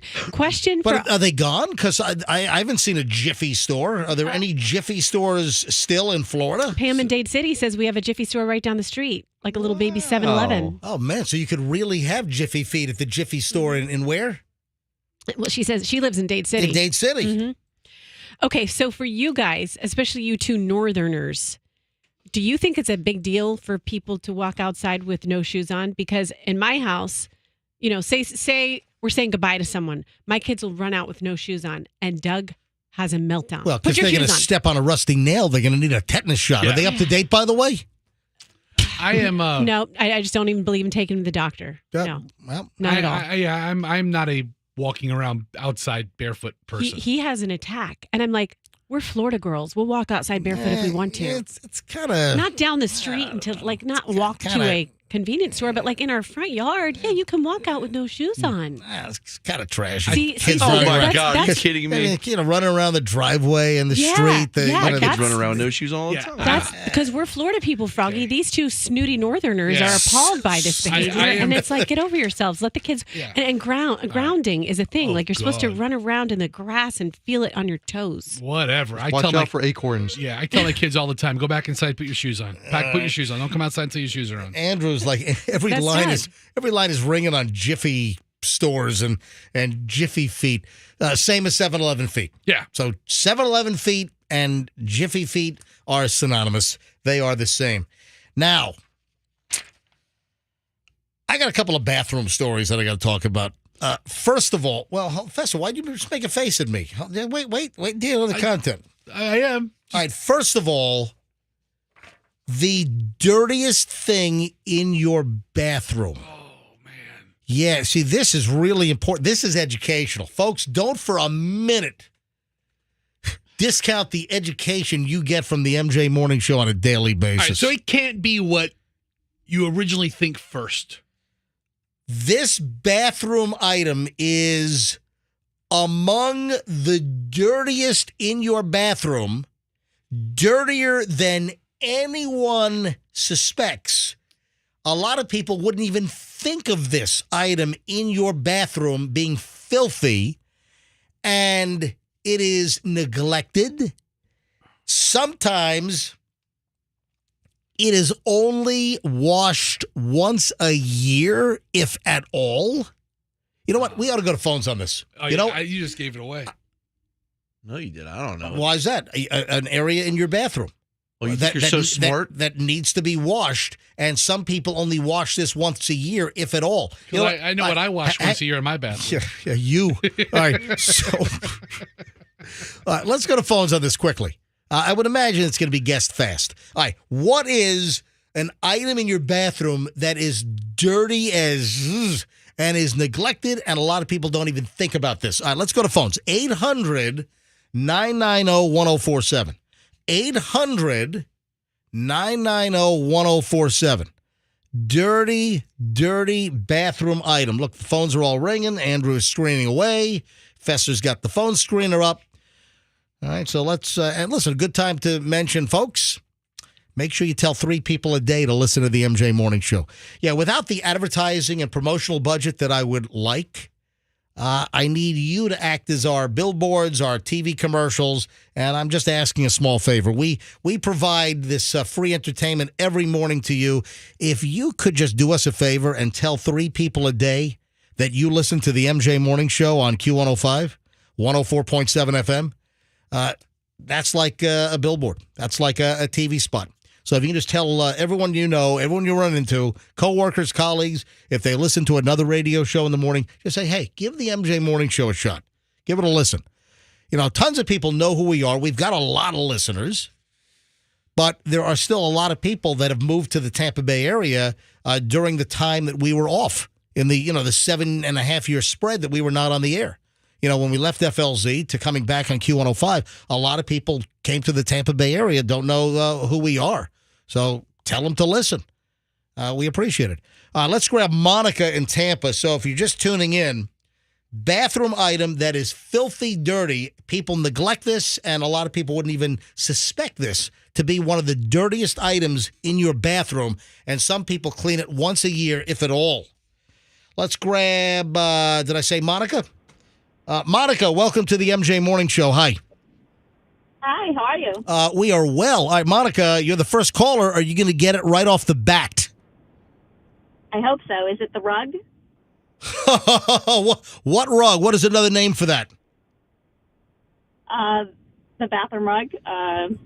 Yeah, listen, I'm going to give it. It's the bath mat. Absolutely. Yes.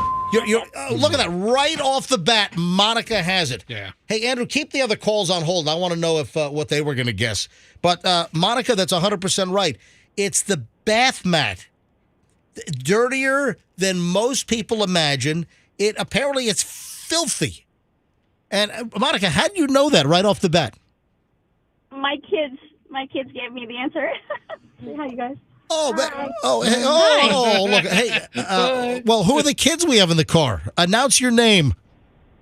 Say your name. I'm Nicholas. I'm Bree. Oh, well, you got 3. So I heard, is it Bree and Nicholas? Is that right? Yeah. Okay. Okay, and Bree and what was the other name? Nicholas. Oh, so there are only Two kids. There are two kids in the car. Yes. Oh, so Bree and Nicholas. Well, listen, Monica, it's a pleasure to have your family on this morning. Hey, kids, how did you know that the bath mat was filthy? Because, Monica, can you help out? Yeah. What'd they say? They said because you walk on it. Yeah. Well, listen, with your Jiffy feet. That's right. Yeah. You walk in with your Jiffy feet, you get it all munged up. Hey, guys, thanks for calling. Great job. All right, so I'm going to get into the details of the bath mat in a second. I'm just curious what the other callers were going to say. Don in Clearwater, what was your guess, Don? I was going to say either the shower head or the toilet brush. Listen, those Ooh, are. good Yeah, ones. I don't know about the shower head because that's You have hot water yeah. running through it But often. hey, Don, the toilet brush, I think you're right on par with that. Thank you. Patsy in Safety Harbor, what were you going to say? Doorknob. You know what? That's listen, That's a good especially if you're a chronic non-hand washer like Fester Amen, bro. and a nose picker. That's how I All built right, my immune yeah. system. So, Patsy, thanks. Christine, I'll grab a couple of these and then I'll give you the science here. Christine in Hudson. Hi, Christine. Hi. What were you going to guess as far as dirtiest thing in the bathroom? The light switch. Yeah, you know what? That's probably another good guess. Thank you. And let me grab one more here. Kim in Palm Harbor. Hey, Kim, you're on the MJ Morning Show. Hi. Hey, good morning. How are ya? We are well. So what was your guess going to be for one of the dirtiest things in the bathroom? Mine was going to be the shut-off knob behind the toilet. Ew. You know, think Yeah. about all the dirt and grime Yeah. that's back there. Or, Yeah. Filthy. or bad aim. That's Explosion. gross, right? Kim, thank you. I appreciate the call. It's kind of an obscure item. Yeah, there's some other Yeah. good ones that were texted in, like shower curtain, towel rack, toothbrush. Do you want to hear something crazy? Yeah. Before I go into the dirty items and the filthy bath mat that you're neglecting and probably haven't washed since 2017. I wash mine once a week, You- and, well, and it freshens up the whole room. of It course, smells you're good. freaking Mary Poppins. you know. I'm definitely not Mary Poppins, but there's certain things that I'm on All top right, of.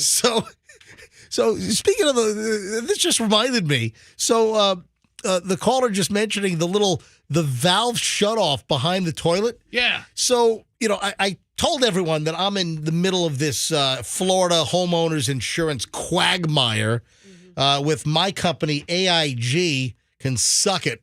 AIG, after like 14 years, canceled me. Why? Because Florida. They canceled me. I didn't have one claim with them, nothing. I just paid them money. It was like I'm dumping money into a slot machine that never paid off. And you kind of don't want it to pay off anyway. But they took my money and then they canceled me. And then, trying to get homeowners insurance, it's just a mess. So I finally, my agent finally, brings to me kind of like this second or third tier insurance company based here in Florida. And, they write my house, they write the policy, and then they send an inspector to my house. And the guy's like, inspects the place. All right, thank you. Then I hear back like 3-4 weeks later. So my policy's in effect, right? And then they get back to me and they send me a cancellation notice for like August 8th saying, unless you do these things by August 8th, your policy's canceled.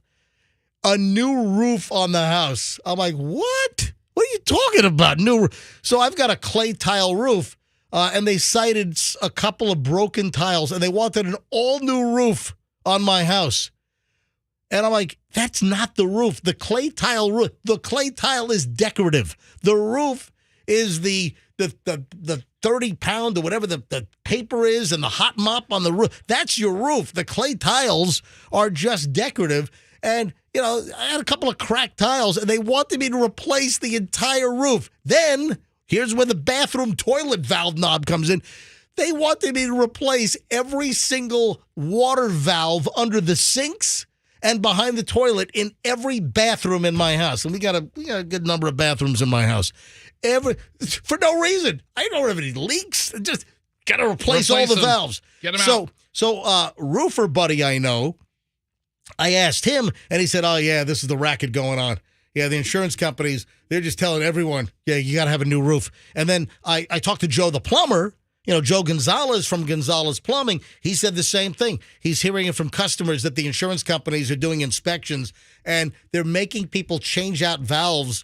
And Joe's like, and there's nothing wrong with the valves. It's like this spend money busy work. So I don't know what the hell's going on. So that's my toilet valve story. So I told the insurance company to pound sand. Guess what I did? I canceled them. I did. I got a refund back. I said, get the hell out of here. I don't want this crappy thing. All right. So back to the bathroom. Yeah, it's the bath mat. It is just highly overlooked. The bacteria, they say, in the bath mat is worse than your toilet seat. Because it's like mildewy. Well, I think it's, your feet, it's just... The water gets in there. It has that rubber backer. It doesn't breathe. All Yeah. kinds of things. I don't know what people are doing in this bath mat, but the bath mat is like a filthy germ jungle. Ugh. Oh, that's a good germ jungle. That's I don't know. Sounds like a zoo. Yeah, the germ or or a kid's preschool. Yeah. Oh, man.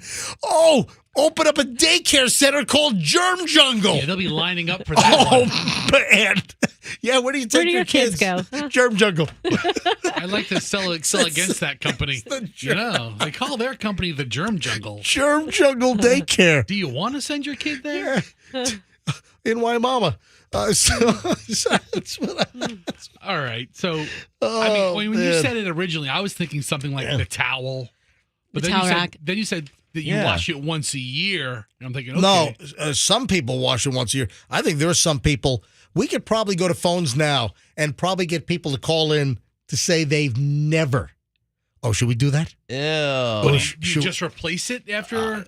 Or You know what? I know people who don't wash their sheets ever. Yeah, we Listen, talked about that yesterday. Same people who only wash their sheets twice a year. You know what? Let's go to phones quickly. Because the bath mat is kind of out of sight, out of mind.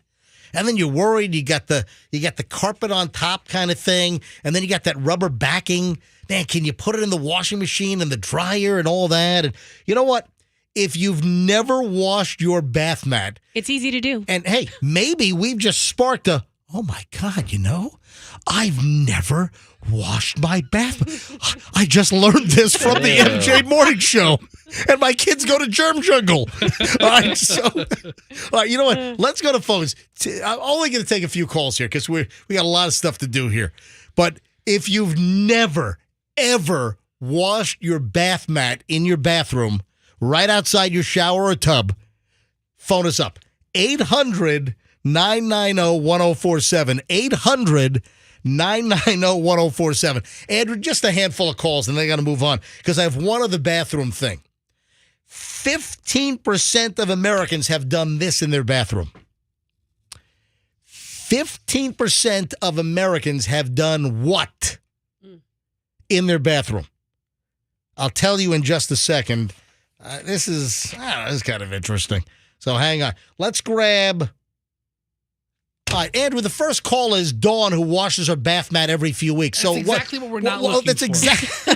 If this were opposite Andrew, day. Andrew, So hello, Dawn- Andrew. Dawn- Listen, I don't Pick up want Dawn. to. Pick up I don't Dawn want to real yell fast. at Andrew on his birthday. Yell at Dawn. Happy But- birthday. Yeah, I don't want to yell at Andrew on his birthday. But know. Andrew, I only. But stop screwing up. All right, hang on a minute. And Just Amber kidding. does. All right, and then the second call is doesn't have a bath mat. All right, come on. This is going to be a Come on, really Andrew. hard You know what? get. We can't blame Andrew for this because yes, we're we not, can. We're not asking for these No, people to no, call. We're asking no, for but a he- non-bath mat washer. He doesn't know, but he's screening them and putting them on the board. Hey, Andrew, Maybe can, for our entertainment. Andrew, can you pick up the microphone, please? Andrew? It's what we're getting. No, he's ignoring me. All right, listen. He's ignoring me. Andrew doesn't. He answers phones and puts up information, but he doesn't have the heart to hang up on No, people. Yeah, he's very listen, kind. He I'm doesn't. asking specifically. I want phone calls. Listen, all right. Hi, Dawn, MJ Morning Show Customer Service Department. Hello. Good morning. All right, so Dawn, why are you calling? I've asked for people that have never washed their bath mat, and here you're calling to say I wash it every 6 hours. No. Here's what happened. You said, should we ask people how often they wash it? And I'm in my car driving, and I hit call the morning show because I have you saved in my phone so I can get in fast. And obviously, it worked. So anyway, yeah, I have a big dog that has to be a chicken and come lay in the bathtub, or not in the bathtub, but right next to the bathtub while I take a shower sometimes. So, Gotcha. yeah, it gets dog gross. All right, Dawn, thank you for listening, and thanks for having us on speed dial or whatever you have us in. Hey, yeah, I want to get in fast. Thank you, Dawn. Hey, are you going to try to win those tickets for Billy Joel and Sting a little later? Unfortunately, I only listen to you guys when I'm driving to work. What? No, here's why. What? I'm a massage therapist, and I can't have earbuds on. I can't do that. I got to have my hands on my clients. All right, well, Sure you can. So sorry. all right, well, Instead all right. of playing that Enya But you crap, guys are the best part of my day. I laugh my butt off at you guys every single day. Well, Oh, we thank you. appreciate Dawn. Whatever time you can give us, I thank you. And remember, you can catch up. You can listen to the podcast or watch MJ TV later on. I do that because, the day when Fester put on the little tiny jersey thing, that was Franco's jersey, whatever. I had to go back and watch that because that was. Yeah. Yeah. And the things that you took off of Froggy's porch, that kind of stuff. All kinds of great stuff. Thank you so much, Dawn. Appreciate it. Oh, hey, a couple more calls on hold here. But first, let me give you the Cash Kitty word. It is 8:01. Time for the Cash Kitty 8 o'clock word. This hour's word is record. That's RECORD. So this hour's word is record, RECORD, record. Text that nationwide to 45911 before 8:15. Shot at $1,000 cash right now with the Cash Kitty. Or you can enter it on the Q105 app or at myQ105.com. And if you don't win $1,000 this time around, you got a shot to win at 10 a.m., 12 noon, 3 p.m., and 5 p.m. All right, Amber in Riverview. Amber, MJ Morning Show, go ahead. Hi, good morning. Yes, Amber, go ahead. So my husband is European, and we European on the bath mat. Better clean that up. No. So we don't even have a bath mat. He won't even let me put one in the bathroom. Why? For that reason. Hold on. So this is a European thing that they don't like bath. They're afraid of bath mats? I don't know. Like growing up, his mom and dad, they never had bath mats. They don't even put trash cans in their bathroom. So it's an argument. Wow. Every month. I have a teenage daughter. We need a trash can in the 9. Does he yell 9 a lot? Actually, we do. That's what our dogs listen to is German. Oh, very good. 9. Hey, thank you, Amber. Yep, no worries. Hey, have a great day. All right. Stephanie might actually be a targeted phone call that I was looking for here, and then I got to move on. Stephanie, you're on the MJ Morning Show on Q105. Hello, Stephanie. Good morning. So my mother-in-law has had this bath mat in her bathroom for as long as I've known her. I've been with my husband 17 years. She's had this bath mat that long. I don't think she's ever washed it. It's stuck to the floor. Oh, Smack it up. Ew. 17 years that you've known your husband, you don't think the bath mat has ever been picked up, moved, or washed? Ever. No, and it's been through dogs, cats, Ugh. parties, guests. So my kids went to go stay with her last year, and I threw away the bath mat that was in front of the toilet. Oh, you actually threw it away? Without her knowing. Oh, She doesn't wash it, so I didn't want my kids putting their feet on it. Oh, So yeah, I that's grabbed gross. the Yeah. one, and I replaced it without her knowing. Hey, do your kids go to Germ Jungle Daycare? They do not. They go to Germ Jungle School. Germ Jungle School. Hey, thank you, Stephanie. Have a great day. Thank you so much. Love you guys. Thank you. Love you, too. Yeah, so there you have it. The bath mat. You know what else I thought of? What? I don't think these exist anymore, but do you remember the furry carpet toilet covers? Oh, yeah, totally. Oh, my God. Those are always at your grandparents' house. Who the hell ever thought of that? Yeah, let's put a furry carpet cover on your toilet. Oh, my. Do you remember that? I haven't seen those in ages. My buddy used to have a weird leather cover on theirs, too. It was I don't know. It was weird. You used to lift up the toilet seat, and it was like a shag carpet toilet lid cover, which is grotesque. How filthy was that? Oh, but how comfortable. Oh, No, you don't sit on it. You're doing it the wrong way. Yeah, you're doing it all wrong. I thought you were talking about the horseshoe. No, not the dude. I don't know. No, it's the lid. It's on top. The lid cover. There was a carpeted shag fabric cover. I think it was really big, in the 70s and 80s. I just remember seeing those as a kid. But I don't recall ever seeing a carpeted toilet seat that you sat on. It was the lid. The goldfish used to sit on. Here's one off of Amazon. Are you kidding? Oh my God. Warm plush washable thickened toilet seat covered pads with handle and what? Oh, they actually have one for the seat itself. Oh, my God. That seems downright luxurious. Ew. Oh, that is grotesque. All right, the other bathroom item that I have. Wonder if any of our listeners have ever done this. 15% of Americans apparently have showered with their pet. Ew, what? Yeah. People are gross. All right. What's so weird about that? What, taking your Dalmatian into the shower with you? Yeah, suds them up. You're all naked, you're washing, and then you're taking your dog into the shower with you? Whose animals haven't seen them naked? Yeah, but say, dog doesn't care you're naked. Yeah. They're naked all the time. My dog actually laughed one time when he looked at my wiener. Froggy, come on. And it was the. Do you have to work like third grade wiener humor into every show? Dude, I haven't said the word wiener in 2 shows. So I need to work it in. He has. And boy, does he. That's what I'm dealing with. Folks, that's what I'm dealing with here. Unbelievable. No, but 15% new poll shows that 15% of Americans have taken their dog or their pet into the shower with them. Ugh.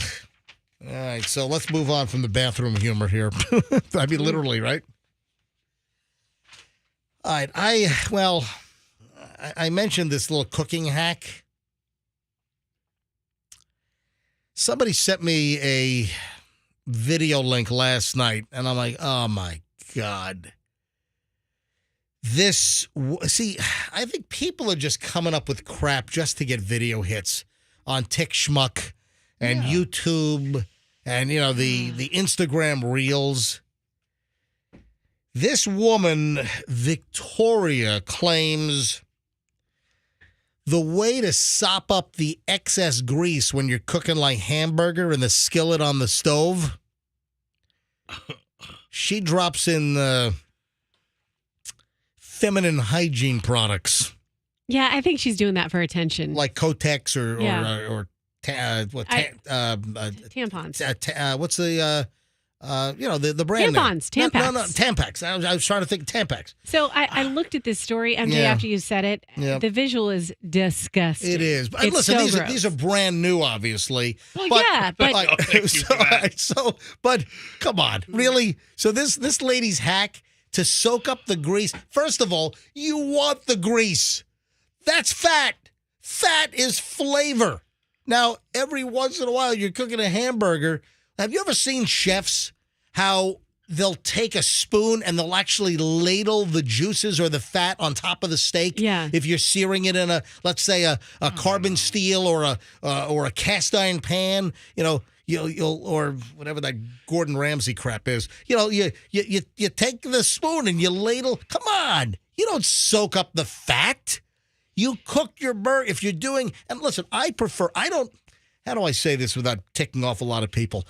I am not really a barbecue guy. This is going to aggravate Fester. Like for me, a steak, I like a broiled steak. I like, for the most part, when I cook a steak, I buy a great steak, a nice choice or a prime cut, and I'll brown it. Listen, we've got carbon steel and we've got cast iron. And I tend to use my carbon steel pans quite a bit. But when I have a steak, when I cook a steak at home, which is not often, maybe once every month and a half, every 2 months, I don't cook a lot of steak. But when I do, I take my meat and I season it properly. And I put it into a hot skillet. Usually it's loaded up with butter. And I drop my steak in. I sear it for 2 to 3 minutes on each side, get a nice brown sear, and then I take my entire carbon steel pan and I put it in the oven. And I make hamburgers the same way. I prefer hamburgers in a carbon steel pan on the stove, but you don't soak up the fat. Well, and by the way, the only way to do a burger, you got to do 80-20. Don't mess around with these lean burgers, 95-5, only 5% fat or 90-10. No, the perfect burger is like an 80-20. Okay, look at what she's cooking. Yeah. Look at what she's cooking. She's cooking ground beef. Right, and she's not making it into hamburger. She's making it into just chopped, ground beef pieces. And she's dropping tampons into the can, into the pan rather, to soak up the grease from the ground beef. If you wanted to soak up some of the grease, you could just use a napkin or well, a paper a paper towel. towel. You don't have to be so. Listen, this is clearly just for hits. It's got millions of hits so far, tons of views on this thing. But this goes back to, and another reason why I want to bring this up is it just goes back to the number of people that are just coming up with all kinds of off the wall cockamamie stuff just to get noticed, just to get video views, and to have goofball morning shows like ours talk about it. Yeah, and you know what? I started to, after I looked at this image, it was so gross. Then I started reading some of the comments. And someone brought something up. There are forever chemicals in tampons. Like there's all those BPAs and PFAs and all the stuff that's, that's a big thing. I mean, yeah. You can get toxic shock syndrome from your meat. Well, tampons Exactly. weren't necessarily meant to be used in food preparation. Right. I mean, and listen, these are brand new out of the package, but come on. This woman using this hygiene product to soak up the fat from the ground beef she's cooking on the stove. Come on. That's ridiculous. All right, speaking of food, moving along at 8:12 here on the MJ Morning Show. Oh, and don't forget, folks, Billy Joel and Sting, one night only, one show only. This is exclusive to the Tampa Bay area. The only place where Billy Joel and Sting are going to perform the same night, same stadium, is going to be Ray J on February 24th, and we've got your tickets. Right after 9 o'clock. So listen, less than an hour from right now, 9 o'clock starts. And we'll give away another pair of Billy Joel Sting tickets soon after 9 o'clock here on the MJ Morning Show. And it's every day this week. Gave away a set yesterday. We'll do another one today. Then tomorrow, Thursday, and Friday, your chance to win all week long. These are the hottest ticket in town, folks, from the MJ Morning Show on Q105. Now, speaking of performers and music, when I say Motley Crue, what is the first name that comes to mind when I say Motley Crue? Tommy Lee. That would be correct. Yeah, it's Tommy Lee. I saw an item last night that Tommy Lee claims that he used to drink 2 gallons of vodka a day. Come on. How is that even remotely possible to drink 2 gallons of vodka a day? I mean, if you're a rock star. I mean, I had a friend who was a deep alcoholic. Yeah, but 2 gallons, your liver would explode. You would think. Come on. I mean, he was an amateur compared to Tommy Lee, but he would drink a handle. The big bottles of vodka. This is 2 gallons is more than a handle. I know, but when you think of quantities and what you can put your body through, I mean, that's at his absolute worst. I mean, I don't put it past him. This was from TMZ. I saw this while doing prep last night, that Tommy Lee For how long? was talking with Bill Maher for his podcast, and he said that he used to drink in his heyday up to 2 gallons of vodka or other hard liquor daily. He said his choice was typically vodka. He says it sounds like a lot because it is. It sounds like a lot. It sounds like a lot because it is. Come on. How is it humanly possible to not die of acute alcohol poisoning? I know. It's 2 gallons of vodka in one. Get out of here. It's Yeah, called- you would die from alcohol poisoning. yeah, on. but I think it's called building tolerance. I read I didn't read it. I saw an interview with Duff McKagan. Do you know who that is? No, who The the hell is bassist that? for No. Guns N' Roses. Okay. Duff McKagan. The basis for Guns N' Oh, Roses. is that you making up some name?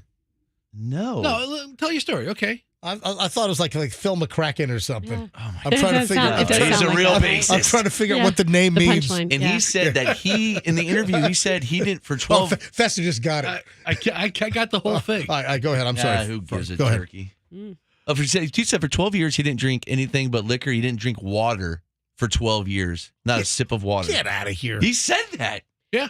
I mean, MJ, listen, if you're addicted to alcohol, you drink only alcohol. And then if you're think about how much they travel, they probably wake up, start drinking, Yeah. and then drink all day and night. So Bill Maher could not believe that Tommy Lee claimed to drink 2 gallons of vodka a day. Bill Maher gets hammered on his podcast every week. yeah, that's a good point. Listen, I'm sorry. Tommy Lee's organs are holding up, he said. He said that he doesn't have any major damage. Some people could just handle more than others, I guess. I guess there is one organ that's holding up. Maybe that's where all the alcohol goes. That makes sense. I remember seeing that boat video, right, with Tommy Lee and I never saw that. Oh, he steered a yacht with it and then honked the horn. Hey, I've got a product warning, folks. Ladies and gentlemen, got a product alert. Product recall. Warning, warning, warning.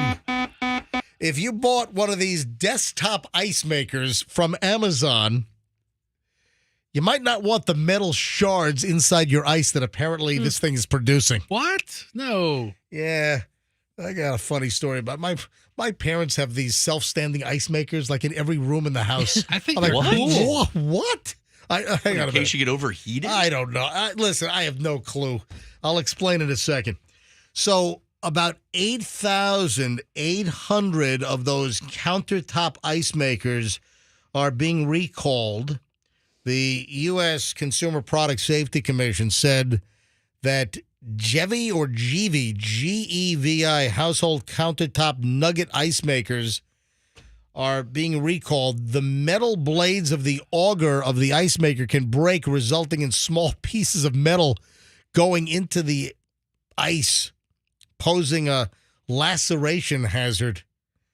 Yeah, so if you purchase one of these Jevin or Gevin household countertop nugget ice makers in black. Only the black one? Well, that's what it says. It Okay. says It makes a little nugget ice? That's good. Yeah, it makes nuggets of I think my parents have this thing. I ought to call them up. Yeah, give them a call. Yeah, some people are really passionate about ice. They like Tell me about it. they Go like visit the nugget ice. Go yeah. visit my parents' place in Fort Lauderdale. I don't know what it is. I mean, Michelle and I were there, about a month and a half ago. My parents moved into a new place, and they moved from Palm Beach Gardens down to Fort Lauderdale, closer to my brother. And they bought a townhouse, and the townhouse they bought, it's 3 stories, which I thought was really a smart move for an 81-year-old. They need to get one of those chairs. I don't understand it. Anyway, my parents buy a 3-story townhome. My dad is 81 in like 2 weeks, and my mom is like 79. Yeah, That's good. They can keep going up and down the stairs. They're going to stay in shape for a longer period of time. They're going to have one of those. What is the stair lifter? They're chairs. They're easy to install. Yeah, Why don't you take out the steps and put in an escalator? Yeah, there we go. Like Macy's. Yes, I'll safe. put in a Macy's escalator. I'll help the old man. Yeah, who makes escalators? Otis, Maybe. I think Montgomery. so. What are the big I think so. I think escalator Otis makers? that's Anyway, so I'm telling you. Well, we visited my parents, and I'm not kidding. They have like this portable desktop ice maker in like every room, and like you're trying to sleep, and all you're hearing is like clink, clink, clink. You're hearing the noise of like the ice being dry. I'm like, what is going on here? I'm like, why outside our door is there an ice maker? I think it's my dad, obsessed with ice, got these ice makers in like every room of the freaking house. Does he chew on ice? I don't know what he does. You want Weird. good ice. I wouldn't wish this on anyone, but I've told you that the best ice around is Morton Plant Hospital. Oh, let's go. Oh yeah, let's get injured, get hospitalized, so we can have ice at Morton Plant. What? It's just so good. Hospital ice in general, but I mean, it's All right, well, describe the ice and why you're so attracted to it. it's the nugget ice. It's just little tiny nuggets, but then you crunch into it, and it's like refreshing. They have that at Sonic, You don't have to like lacerate an organ to get that ice. You don't have to get concussed to go get an MRI or something. have a Circle baby. K has like 40 drink options. Meanwhile, and they have cubed ice and crushed ice. You can get whatever you want. and with the medical bill, your cup of ice costs $12,000. No kidding. Exactly. Oh, and what are you in for? Oh, just the ice. ice. I'm here for the ice. Hypothermia. I ate too much of the damn Now ice. listen, the ice I love is the crushed. I think Jimmy John's has my kids like Jimmy John's, and they would always get like a fountain. Chloe loves. Hang on, what time is it? Hang on. Let me give Chloe a buzz. What's up with you putting all the pictures of her up there and like making fun of her? Well, I've got that on the list. What's your Oh, problem? I have an observation about you from Chloe. Yeah. Yes. Hey, Chloe. Yeah. Hey, it's Dad and the morning show team here live. Are you awake? Now I am. Hey, what is? This is a test. Hey, what place do you love to get a fountain drink at because of the ice? Jimmy John's. Look at Look at, all right, now Jimmy John's, they have the crushed ice, right? Yeah. Yeah, that's what she loves, the crushed ice. Hey, and Chloe, this is sort of a twofold. So heads up, folks. Let me just wrap it up on the ice maker. So Amazon's recalling the Gevin is recalling, but I guess they sold like nearly 9,000 of these things on Amazon.com. So Gevin household countertop ice nugget maker could put metal shards in your ice. So, hey, good morning, everybody. All right, now, the other reason why I'm calling you Chloe is the little picture thing. And I posted a picture of Chloe. She put this in the family text yesterday, and she put a couple of pictures in. And Chloe, what were you trying to say? That you rolled out of bed and you didn't dry your hair, and didn't you say something like, "This is what happens when you don't dry your hair"? Yeah, I went to bed with wet hair. Normally, I blow dry my hair, and I didn't. And then you took a picture of yourself, and listen to this controversy. Chloe puts two pictures which are virtually identical pictures. Roxanne, bring it up so you can look at these. Okay, this is on your page? Yeah, it's on my Instagram. Folks, this is on my Instagram, Certified MJ Radio, if you want to see Chloe. Certified MJ Radio. So Chloe puts these pictures in our family text about, hey, this is what happens when you go to bed without drying your hair. And I posted one of the pictures, and Chloe was not angry that I posted the picture for public consumption. Chloe was angry that I didn't select the better one. I'm like, what are you Chloe, they look exactly the same. No, they don't. Oh, you don't geez. have an eye for detail. It was a I don't have an eye for detail. If you can't differentiate between these two, no, clearly you do not. Chloe, you look beautiful in both of them, always, but they are very different. All right, now Froggy, what were you saying? I was saying it's a very cool looking picture. Like I posted, it gave off Ferris Bueller's sister vibes. Oh, that's right. I saw that comment. So take a look at Chloe, take a look at the two photos, and take a look at the consternation that arose because of Chloe like texting me off the hook. Take that one down. Take it down. Put the other one up. Take it down. I'm like, what are you? So I left both of them up. Well, that's not nice.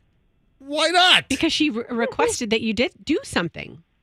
All right, listen, here's what I did. So the first picture of Chloe, and the second thing I kind of asked the question. So the first one is, my daughter Chloe seems to be pondering something here. I haven't seen this hairstyle before. All right, so that's the first picture. And then Chloe's like, take that one down. Take it down, Dad. Dad, I don't want that one posted. Take it down. There's no difference, folks. Take a look. I mean, okay, there's a facial difference. All right, you're looking to the side on one. You're looking kind of like up on the other, but they're virtually the same picture. No, the lighting is different in both of them. It's completely different. All right, the lighting is a little different. Fine, okay? The second picture, I posted this. Oops, I'm in trouble. Chloe said I could post this photo and not the previous one. Can you really tell the difference? Either way, with this new look today, I think she's channeling Sebastian Bach from Skid Row circa 1988. Yes. So that's my caption. We just looked at a picture of Sebastian Bach, and he looks like Linda Tripp. Now he looks like a beached whale, but back in the day, he looked like Chloe does today. Chloe, you're so vain. You probably think this segment's about you. You're so vain. You probably think the segment's about you. Don't you? Yeah. Yeah, and then she's going to play this on the podcast for all of her friends. Yeah. All right, Chloe, busy. I have a question for Chloe or something I wanted to Yeah. say. So I was looking at that picture you posted, MJ, of you landing near the Hudson or landing in New York the other day. No. And He landed at the airport. I didn't land in the Hudson the other day. He landed All right. at the airport. He Recreation. Roxanne, Okay. all right, folks. Also on my Instagram, we took off from LaGuardia, and it was taking off. It was not landing. Uh-huh. So on Sunday, we had a 3:00 flight leaving LaGuardia back to Tampa Sunday afternoon, leaving Manhattan, and we took off and we headed right over the Hudson, essentially the exact same flight path that Cactus 1549 took. That's the U.S. Airways flight that Sully was piloting. They hit the whole, flock of Canada geese, flaming out both engines, and couldn't make it to Newark, couldn't make it to Teterboro, and could make it right down the Hudson River. And I had the exact shot looking right down the Hudson that Sully saw. I snapped a picture, and were you talking about my caption on that? Okay, so Chloe responded to your caption, which you had the whole call there for as the plane was as I had the transcript of the radio traffic of the emergency, and Sully says we're going to be in the. He says we're going to be in the Hudson. Yes. To air traffic control. Yes. So I posted the entire from the point where he says we're going into the Hudson. I posted the transcript with the picture, and that's it. So Chloe's comment was, I'm hoping this was copy paste and not written from memory. And this got me thinking. I hoped the same thing. But for Chloe to say that, for Chloe to comment that, I thought to myself, for all the weirdness we see on this show and in this room regarding you and your plane obsessions and whatever other quirky behavior you have, it's probably 10,000 times worse at home in private. Right? Oh my. You are so right, Roxanne. Oh, you're calling me quirky? Guys, whatever you guys do or are subjected to on the show, it's 1,000% times worse at home. Yeah, that's what I was thinking. Like the way you get mired in the details of certain things, it's probably like even more so in your private space. I think Chloe's saying that whatever people perceive on the show, it's 1,000 times worse at home. I resemble that. What? I'm not sure if I listened to that show or not. All right, Chloe, I got to run. At my detail limit. Bye, sweetie.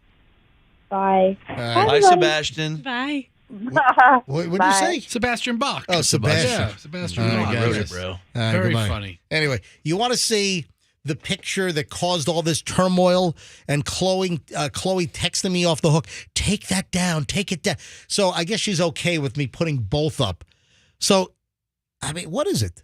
What is so different about these two pictures? The lighting is completely different. Anyway, all right, take a look. Go to my Instagram and see two pictures of Chloe looking like Robert Plant from, Awful, well, it's sort of like, also maybe a little Robert Plant in there, All right, so the pictures are up on my Instagram at mjmorningshow.com. That's mjmorningshow.com. Oh, also, the last thing posted is Michelle watching Monday Night Football last night. Yeah. And her muting the Burger King jingle commercial as quickly as she possibly can. Now, it happened in real time, and I had to recreate it because it was TiVo'd. But I just a little demonstration. Here, roll it back. Just refresh. Make sure the audio's up. All right. And refresh. Go ahead, play Refresh. it. And go. Look how quickly Michelle hits the mute button on that Burger King commercial. She hates that jingle. Right, Scout? Hate it. You call your wife? Yeah, so if the dog's right next to her. Oh. Yeah. So if you want to see Michelle on the couch in the living room last night watching Monday Night Football and the reenactment of her hitting the mute button as quickly as possible when the that Burger King, have it your way, you rule. Oh my! She cannot mute the TV fast enough when that Burger King commercial comes on. She hates it. All right, so my Instagram is loaded, folks. Certified MJ Radio. A couple of family items up there. Certified MJ Radio. If you don't follow me, give me a follow. I think you'll, for the most part, enjoy what you see. Guess what? Breaking news. Guess who's been busted? Who? Guess who's been arrested? Back bad boys. What you gonna do? What you gonna do when they come for you? Bad boys. Antonio Brown has been arrested. They got him. Yes, we're talking about this yesterday. We had a story yesterday that Antonio Brown owes over $30,000 in child support. And I was even asking, is he still in Tampa? Is he still holed up in that house off of South Manhattan in South Tampa, where Fester and I went with the bullhorn? Yes. Trying to get, remember there was a warrant for his arrest and he wouldn't come out of the house and he was barricaded in the house. Remember, I went with Fester. Antonio Brown, this is the MJ Morning Show. Please come out. Antonio Brown, this is the MJ Morning Show. If you come out, I have a PDQ combo meal coupon for you. Disclosure, I am an investor in PDQ. A PDQ combo meal coupon is all yours if you come out. No, he didn't come out, but he looked out the window. I mean, we saw him. We saw him look out of a second-story window to see what this commotion was outside with the bullhorn. Oh, he was very interested in that PDQ coupon. Yeah. And then TPD, an undercover TPD guy, came by and said, "Hey, MJ," he even called us by names. He said, "MJ, Fester, I let this go as long as I could.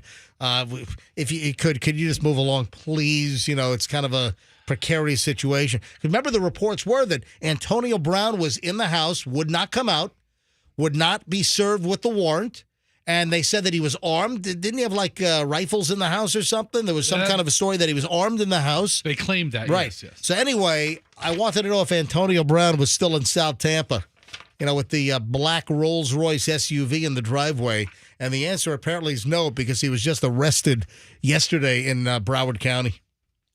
Yeah, from Local 10, from WPLG in Miami, former NFL star Antonio Brown was arrested over the weekend in Broward County for allegedly failing to pay child support to the mother of his children. Local News 10 learned Monday. So it was after the show yesterday that the news broke that he was actually picked up.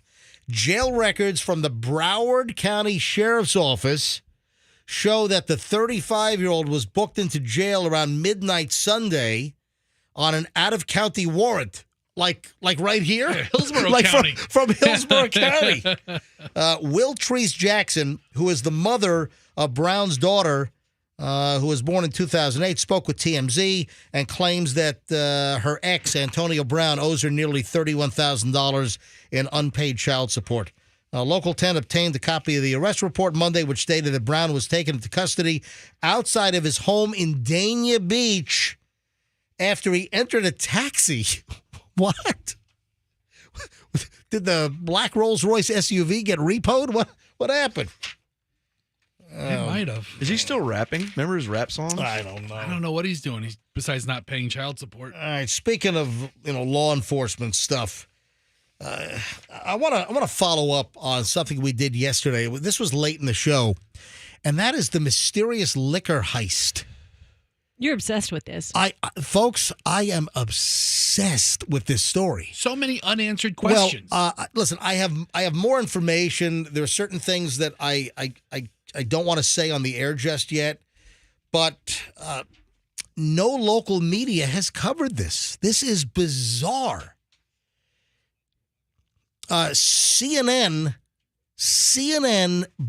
broke the story over the weekend. On Sunday, a couple of days ago, CNN had a story on the CNN website, not Channel 8 locally, not Channel 28, not Channel 13 or Channel 10 or Bay News 9 or whatever, not the Tampa Bay Times.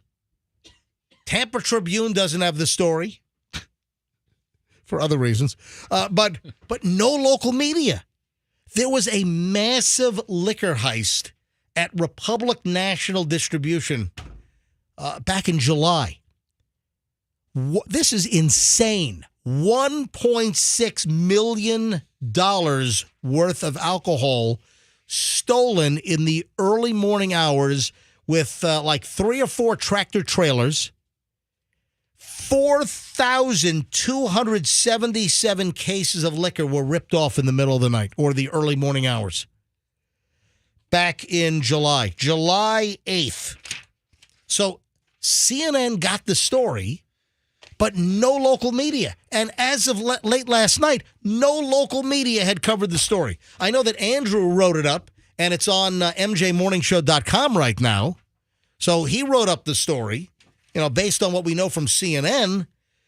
But this is crazy. An investigation is underway in Florida after burglars used tractor trailers to steal more than $1.6 million worth of alcohol from a distribution company that carries brands including Jose Cuervo and Malibu.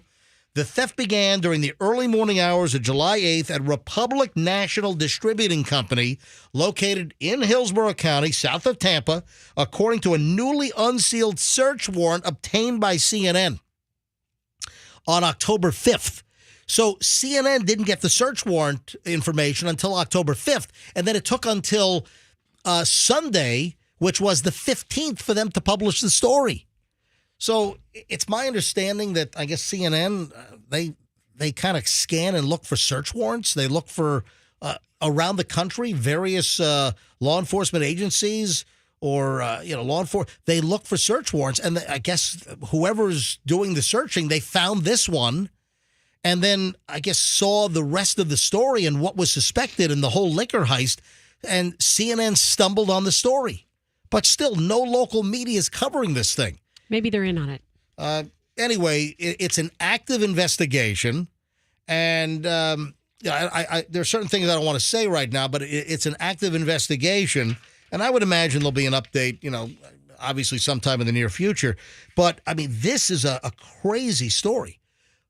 4,277 cases of liquor ripped off in Gibsonton. That's where the big Republic National Distribution Center is. Distributing wines and liquors to restaurants and bars, over a good portion of this listening area. Did you know that this place distributes wine in a box? Yeah. The Franzia wine? Yeah, everybody sells that. Yeah, but everybody sells it. Yeah. But this place distributes it. Ooh. How many boxes of wine do these thieves have? This had to be an inside job, right? I mean, absolutely. There's no way. I mean, to bypass the alarm system, I guess they knew where to go. I mean, this is insane. So, using surveillance, let me share, again, this is all public record from the CNN story. From the, I guess, Republic National, while we're unable to comment at this time because this is an active law enforcement investigation, we have confidence that law enforcement is handling the matter seriously and taking all necessary steps. That was the Vice President of Corporate Communications for Republic National. Using surveillance video from a nearby business and a convenience store, Hillsborough County Sheriff's Office deputies were able to identify the tractor trailers used in the burglary. Deputies later found additional surveillance video from a tractor trailer storage facility that showed 3 tractor trailers used to remove the cases of alcohol.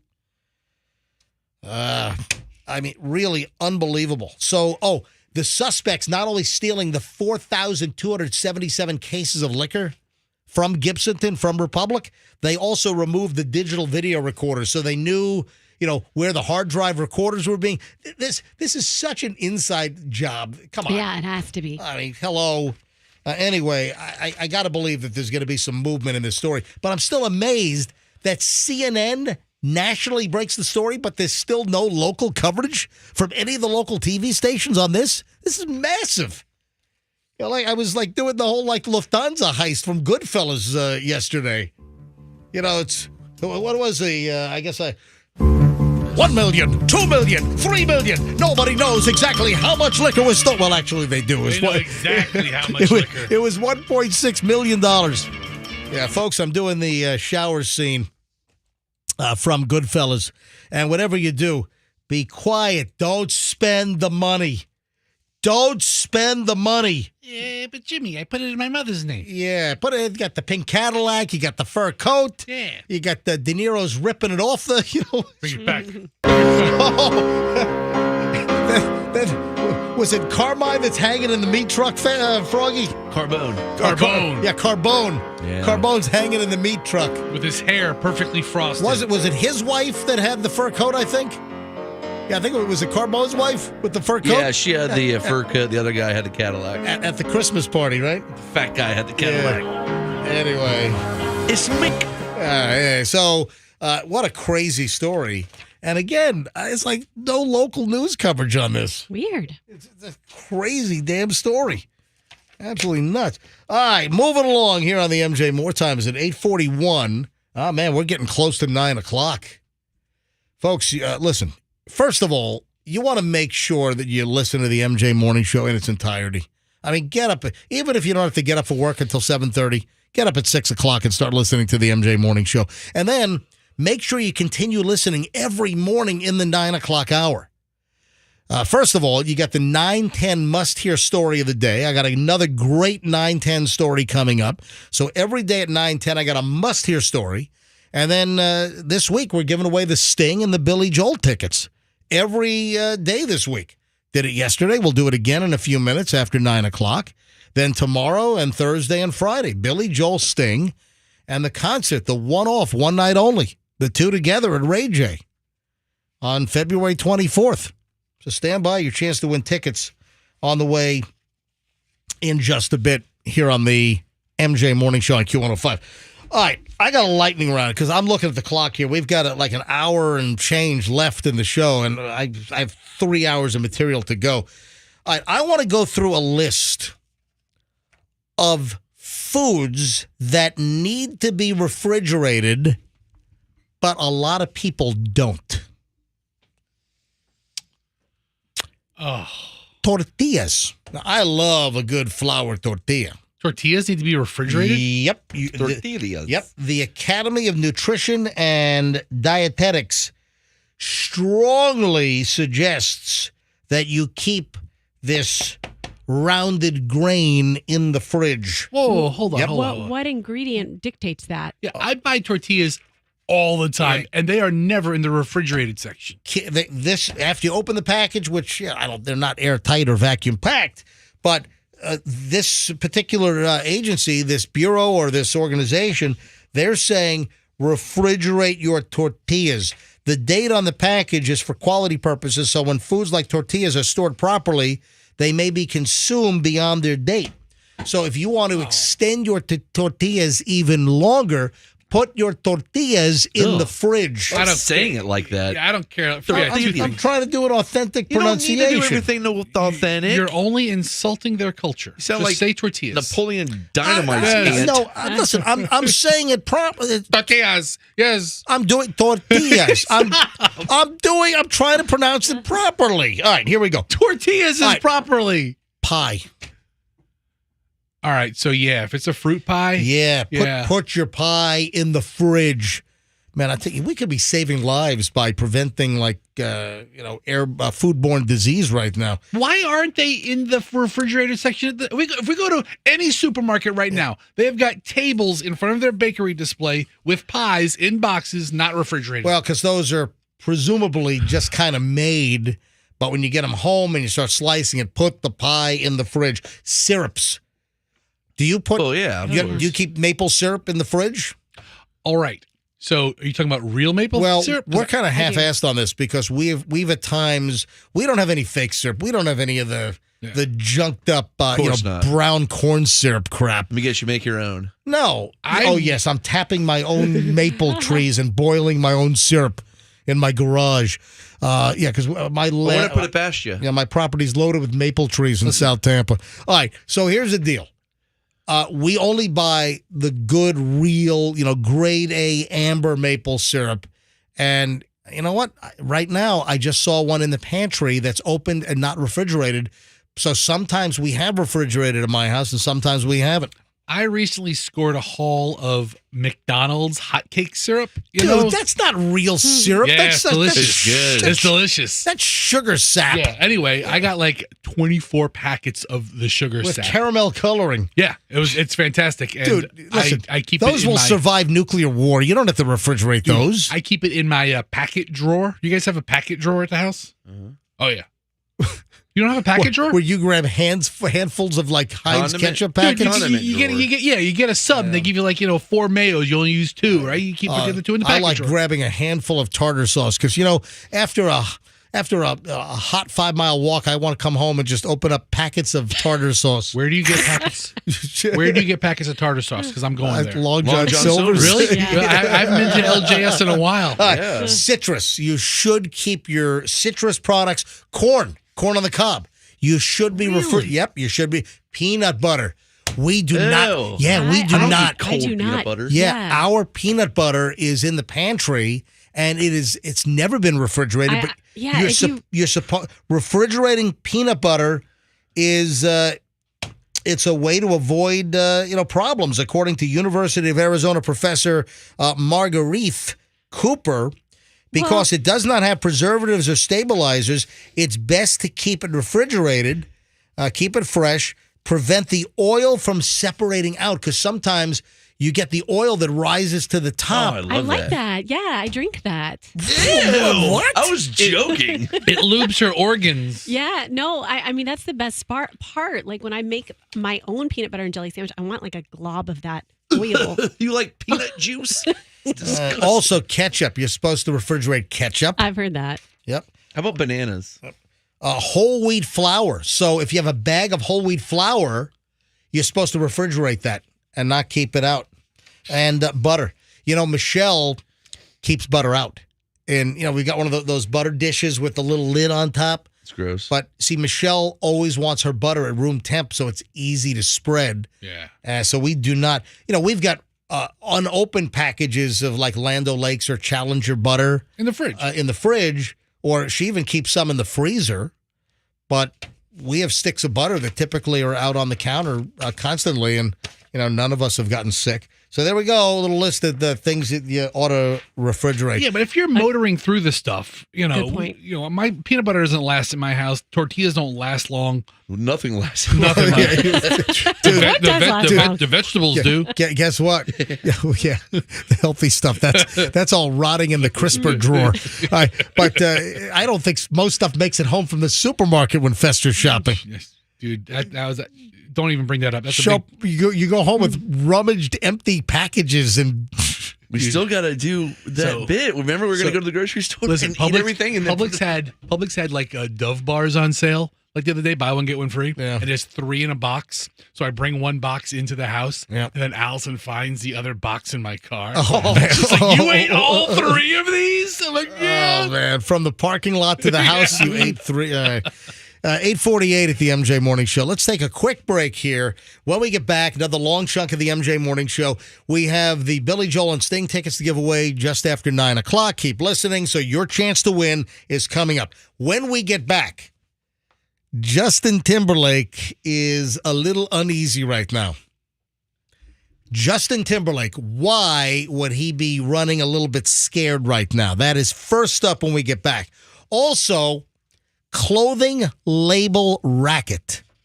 Claim is made that we've been wambookied and scammed for years regarding clothing. Folks, you got this. You're loaded with this stuff. Trust me. What clothing label has been scamming us for years? All right. All that is coming up in just a bit. I got some celebrity stuff. I got some good. I got some bad. I got a lot of stuff. Oh, we got a photo controversy. I'm looking at my list. We have a lot coming up next here, folks. Don't move. We are back in minutes on the MJ Morning Show here on Q105. First, some of our great live sponsors.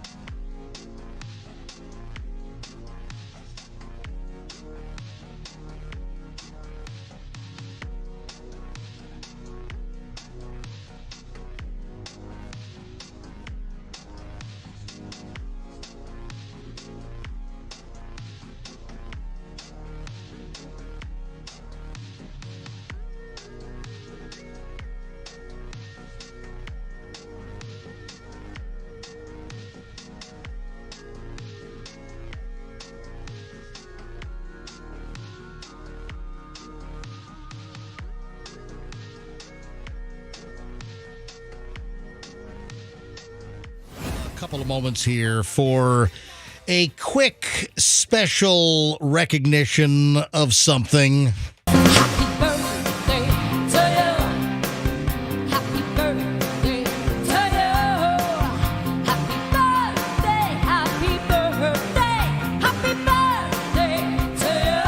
Jesus, what is that? This is some garbage that Fester found on YouTube.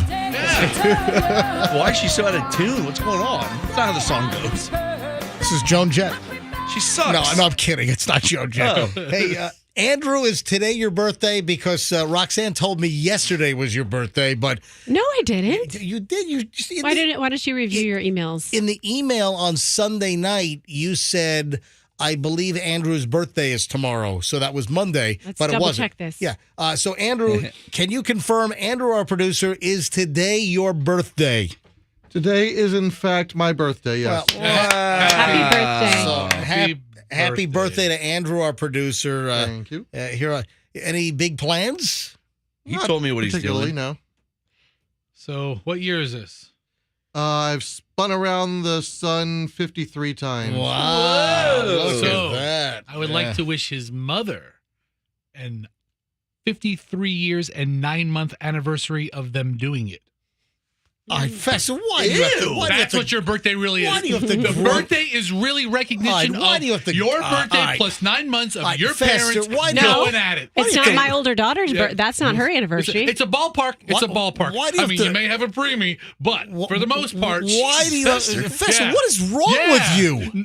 Why don't you go shove your face with more Dove bars? 53 years and 9 months ago, Why don't you fall Andrew's asleep old again? man was getting back. his old lady drunk. Listen, Like, hey, baby. stop that's it, what dude! it is. I'm just trying to wish him a happy birthday. I'm just trying to wish his mother congratulations on getting it All right, done I got 53 years ago in 9 months. I got images of the Costanzas doing it right now. Right? Oh my God! All right, listen, Andrew. Happy. I'm sorry that Fester butchered this whole thing. Just happy birthday, dude. Thank you. Happy birthday, Andrew. Thank you for all your hard Yeah, work. you're getting a lot of text messages, and I do stand corrected, MJ. I did tell you Sunday night it was his birthday. Duh. Yes. And then last night I told you it's his birthday tomorrow. Yeah, but I thought that yesterday Well, was his birthday. keep and you I- on your toes. Yeah. Okay. Very good. Yes, by giving you wrong information. Yeah. All right. I have the 9-10 must-hear story of the day coming up in just a bit.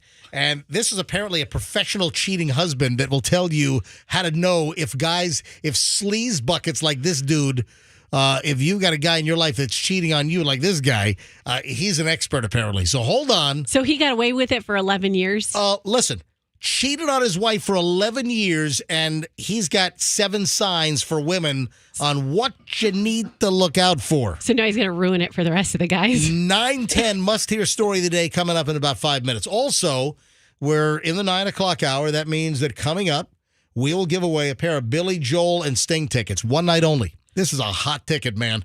Just announced, big hoopla last week, Billy Joel Sting, Raymond James Stadium, February 24th.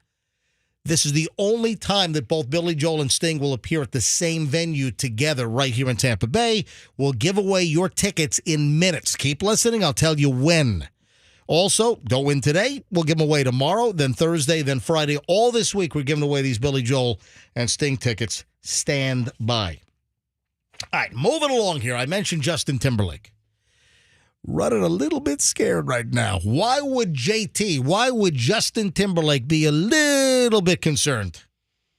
Oh. I got an idea why. Well, just blurt it out. I know. Unless it's going to be some, creepy fornication story. Because this is the 20-year and 9-month anniversary of him and Brittany doing it. Now, is it Brittany's book? Yeah. I heard he's not the only one. A lot of people are like, what the hell is this crazy bat going to say? Womanizer. Is that what she's going to get out of him? Hang on. We've actually mentioned this numerous times. As soon as we announced that Britney Spears was coming out with a book, there have been multiple stories. There are even items that we've seen where allegedly some of Britney's exes or people that have been in Britney's life, where lawyers for those individuals sent like preemptive letters of like warning about defamation or libel.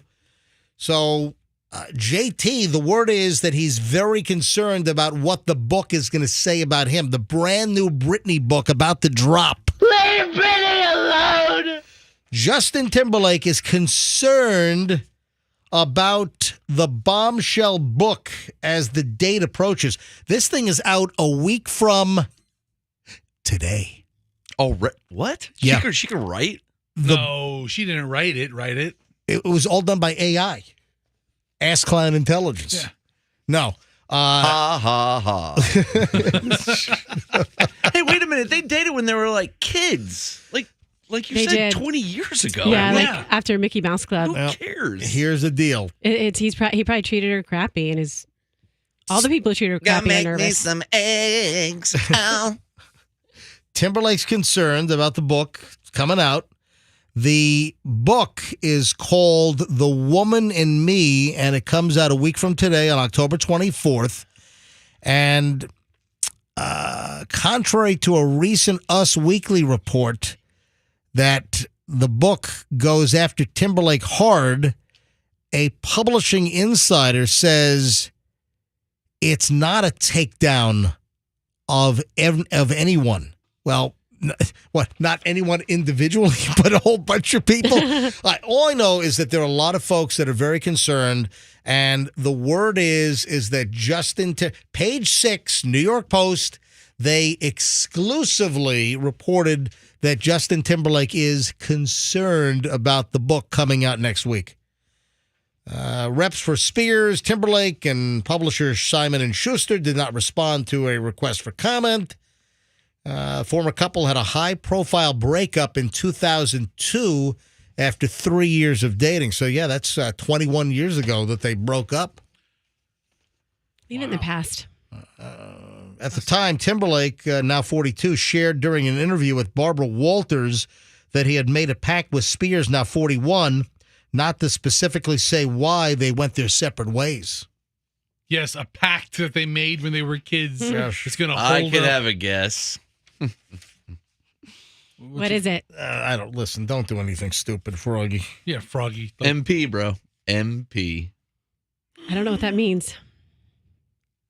MP? MP. Bro. Master of Puppets? Micro. Oh, Mike, stop it. No, it's not. Justin Timberlake's got a tiny one. Come on, Froggy. You're a one-track trick pony over here. Come on. It's gonna be my tiny weenie. We stop it. How's that song go? I don't know, but he had it in a box. Remember all those? Oh, yeah. Very small. It was a ring box. Did you catch the tease that I did earlier? And then we'll get to the 9-10 must-hear story in just a second. Did you get to did you guys realize or process the little tease I did about us getting wambukied and scammed for years with clothing labels? Yeah, I heard that. I read something that like 95% of the stuff that says dry clean only, that's a racket. I've heard. I didn't know you were going to do the story, but I too have heard that. And sometimes I just test my clothes. If I don't care that much about them, then I'll wash a dry clean only and see what happens, and it's usually fine. Listen, don't blame me. Listen, you agree to hold me harmless. Sign right here. But I read. Don't ruin some fine piece of clothing that you have. I read a story last night that like a high volume of clothing that the label says dry clean only in like all caps. Not true. And it probably could be hand washed. Well, a lot of the clothing items can be put in the machine and dried as well. So again, proceed cautiously. But I read like 10-page story on this about wash clothes in warm water. What else was there? Is there anything that's not a lie anymore? Yeah, right. Can't believe anything. Use the express cycle. I don't know. Anyway, so the whole dry clean only is kind of a misnomer or a racket or not entirely accurate. Now, time for the 9-10 must-hear story. It's coming up on 9-12. So, hey, for me, pretty good order here. Pretty good. Staying on it. Yeah, pretty good. So here we go. This dude claims that he cheated on his wife for 11 years. That's awful. That's terrible. Cheated on the woman for 11 years, and he's saying, hey, ladies, I'm a big cheat. Hey, these are the warning signs that your guy might be cheating on you. Tell us about the guy. What do we know about the guy? Well, he goes by Dark Horse. Okay. That's the little stage name, pen name. He's a 40-year-old guy. I'm mysterious. Yeah, he's a father of 3. So isn't he British too? British guy. Call me Doc. 40 years old. His name is Dark Horse. I'm the Dark Horse. And he's going to give answers. If he starts to brush his teeth daily. If he comes home with spotted dick. Oh. Hello. Sorry, Roxanne, I didn't know. If he starts to floss regularly. I got one. Tuppence on the board. If he starts to see a dentist for the first time in 39 years. Oh, Billy Bebop agrees. Hold on. You're doing the old crunched up, scrunched up like British face as well. You're going to do the British face. When you do that. Roxanne's not going to let the boys have all the fun. We're going to come up with some slanderous things toward the Brits. If he usually takes the tube home, but now you catch him on the double-decker bus. By the way, spotted dick is a... I don't know what the hell that meant. It's very British. I know the tube and the double-decker bus. Right, all right. So- Might be different round home. What's the list? So spotted dick is a dessert. Delicious. Right, yeah, right. I can't eat enough spotted dick. And Heinz is a big supermarket brand of spotted dick. I don't think we've got Heinz spotted dick on the shelves at Winn-Dixie or Publix, but Boy, I'll tell you what, I wish we did. I got one more guess. Oh, geez. Oh, no. All right, here we If go. he starts manicuring down below a little bit more efficiently or whatever. You mean the down below bits? Are you talking the manscaping the bits? The jiggly bits. Yeah, is that what you're trying to say? The jibbly bits? All right. All right, here we go. Here's the list. Very quick. It's all self-explanatory as well. Here are the 7 signs that your man could be cheating on you, and this comes from a guy that cheated on his wife horrifically for 11 years. Follow the tech trail. Follow the tech trail, yes. Because it's scentless, unlike the breath. Oh. I'm so sorry. I don't know why I need you to stop this. I'm issuing you a cease and desist right Listen, now. I'm Welsh. I'm of Welsh descent, so I can make these jokes. I am not Welsh, but I'm of the funny descent. So you don't have to snoop through emails or texts, but suddenly if your husband or boyfriend becomes very secretive or protective about the computer, the phone, text messages. Yeah. Don't check my cookies. So be very careful there. Then the next item to be alert for that your guy could be cheating on you if Can you do it in a British accent? suddenly becomes a workaholic. So what does that mean? Always at work or having Excuses for not being home. work-related events you got to go to. And I thought you needed more money. No. Having excuses for not being at home. I'm not. I got a work thing tonight. Working more, paying for the mistress. Next is decreased sex drive with no explanation. I just don't have it in me, babe. Well, listen, it could be medical. It could be, who knows? Listen. It could be thyroid, right? We shagged back in August. I'm not feeling very randy. Oh. Yeah, baby, yeah. British people doing it, don't they all sound like that? All right, so decrease in sex drive. Forgetting important dates. That's another warning sign that your guy could be cheating. Forgetting anniversaries, birthdays, whatever. Also Alzheimer's. Could be an indication of early onset. Follow the money trail. Another suspicious sign is... These are also obvious. Check credit cards that might conceal some spending. So follow the money trail and see if there's anything out of sort. I was at the Dutch Motel for a meeting, baby. I swear. All right. Next is can't keep his story straight. So, you start getting poked at. You start getting quizzed on where you've been. And, a lot of times when people are lying, they get too verbose. A lot of times when people are trying to pull one over on you, they get too detailed. They get lost in the weeds, they over-explain. That is like a real warning sign. But he says, can't keep the story straight. So you say one thing, and then maybe you trip up, you say something else, and watch out for stories that are... Or you trip up in bed when you're shagging and you call him the wrong name. What is this, the Inquisition? Then finally, sorry state of affairs. So if suddenly the man is apologizing for everything and anything, and they're just like going too much out of the way to apologize for stuff. Or Well, that's what Brits do all the time anyways. They're a very apologetic this is culture. not just a British Yes, thing. well, the guy who's coming up with this list is a British sorry. guy. I'm so sorry, baby. I realize that, but a lot of this stuff is universal. You don't have to be British. I mean, this whole list seems to be universal.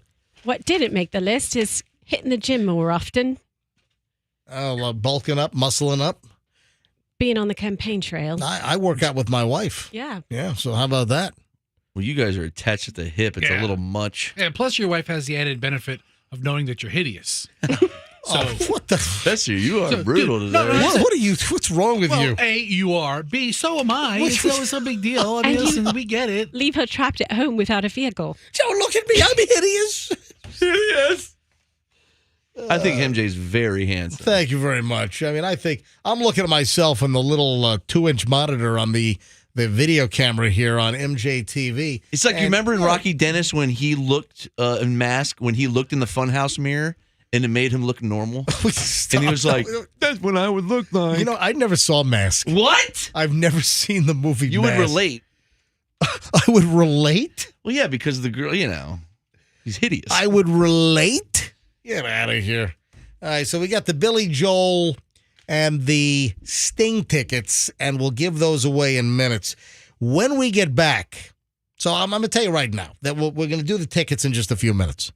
So I did them early yesterday, so I'm going to do them just a little bit late. I'm going to kind of bounce around different times in the 9 o'clock hour. So coming up in just a bit. When we get back, it's the final chunk. Look at the time. It's 9:19. Final chunk of the MJ Morning Show is next. Hey, there's a Walmart shoplifting issue, but we've got kind of a follow-up. We've talked about, the self-checkout, and there are a lot of issues when it comes to this, so we'll get to that next, and just a little bit of a warning. Also, do I have time for this? Yeah, I probably do. I just have an update on Mary Lou Retton's coming up in just a bit, and I got a pretty high-profile theft that occurred, and then a confession, so hold on. We got a lot of stuff coming up next, plus the Billy Joel and the Sting tickets, all just minutes away on the MJ Morning Show on Q105. Want to welcome a...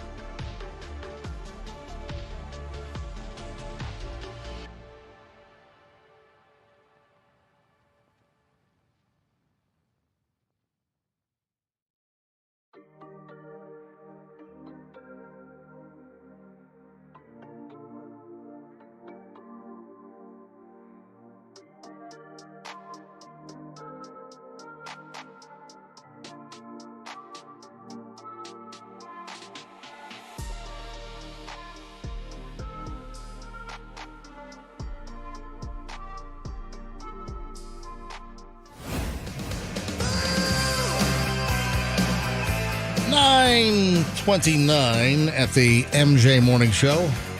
We've got the tickets to give away momentarily.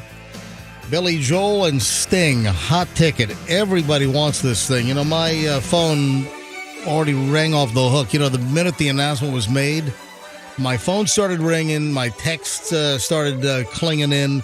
Hey, if there are any leftover tickets to Billy Joel and Sting. I'm like, didn't even announce that we were giving them away yet. It was just when the announcement came down the pike, it's like, my phone blew up. Hey, if you happen to have any unused tickets to Billy Joel and Sting, let me know. And I'm like, yeah, okay. Yeah, if we happen to have any unused tickets. I'm going to use them. Yeah. Good luck. All right, so it's 9:30 exactly at the MJ Morning Show. And look, every line is already ringing. Let's do it. Let's before I get into content here in the final chunk of the MJ Morning Show, let's solicit I'm a solicitor. I've been arrested for soliciting. Oh, listen, my fly's down. Hang I on. got a quiz question. No, seriously. I He's just making a solicitation joke. I just felt that my fly was down. Easy now. All right, let's go. I will now solicit a caller. Let's go with caller 105 for Q105. Caller 105 right now. Andrew, get me up to like 104, and I'll grab 105 live on the air. Caller 105 right now, 800-990-1047, 800-990-1047. If you are the 105th caller, you get Billy Joel and Sting tickets. Ray J, February 24th, one night only. The only time they're going to appear together in the entire country is right here in Tampa Bay. Big deal. So good luck. Caller 105 right now, 800-990-1047 as Andrew is screening calls as we go. Hey, update on Mary Lou Retton, which apparently she is. Do me a favor, see if there's any updates since yesterday afternoon. But what I wanted to bring up is that Mattress Mac, you know that guy in Texas, the furniture store owner that bets like crazy money on like From Houston? Yeah, from Houston, Mattress Mac, and he has bet like millions on the Super Bowl or the World Series, or I think he has a gambling issue. he's got to go to He gamble. rolls up with like $7 million in cash, makes a bet. If you have a gambling problem, You might be Mattress Mac. call Gamblers Anonymous. No, listen, this guy's done a lot of good. I'm entertained by this guy. But this business dude, this Jim McInvale is his name, but he's known as Mattress Mac.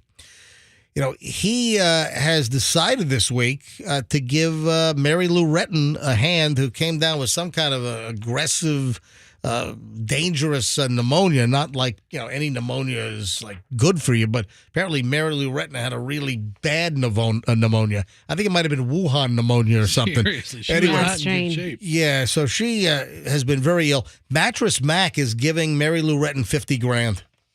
That's nice. Look at that. Oh, of all the rich people out there, Mattress Mac has to step up. Yeah, right? Where the hell's Jeff Bezos? Where's Joel Olstein? Yeah. That creep. Oh, his church is in Houston. Yeah. Yeah, that's what I'm saying. Yeah, like, I was driving through Houston and I passed by his. it's the size of a small city. Well, no, it's a former stadium. No, it's like where the Houston Rockets used to play, I believe. yeah, they It's have like 20,000 people show up to church every week. I know. I'm sorry, man. That Joel Osteen is just a smarmy dude. He's just his smirk. I don't know. And during they had floods or something a few years ago. Mattress Mac opened up his place to the public, and Joel Osteen did not open up his place. Oh, that's true. It was, I think you're right. I can't open my church. But, Joel Osteen, when I see him on TV, it's like he's like the worst used car salesman ever. I'm so That smile creeps me yeah, out. I think he's an alien. No, it is. It's creepy. It is. And his wife. Anyway, so Mattress Mac, thanks for giving Mary Lou Retton $50,000. Why not 100, Mac? Yeah, Mac. Listen, come on, really? I'm just kidding. Listen, let him cash in with the Astros World Series. They're playing Texas right now in the playoffs. All right, Andrew's looking for caller 105 on his birthday here, so we'll go live to caller 105. Hey, it's live 105. We'll go to caller 105 live on the air here in just a matter of seconds. Jessica Simpson. Ooh, listen to this. Jessica Simpson was mistaken for Britney Spears.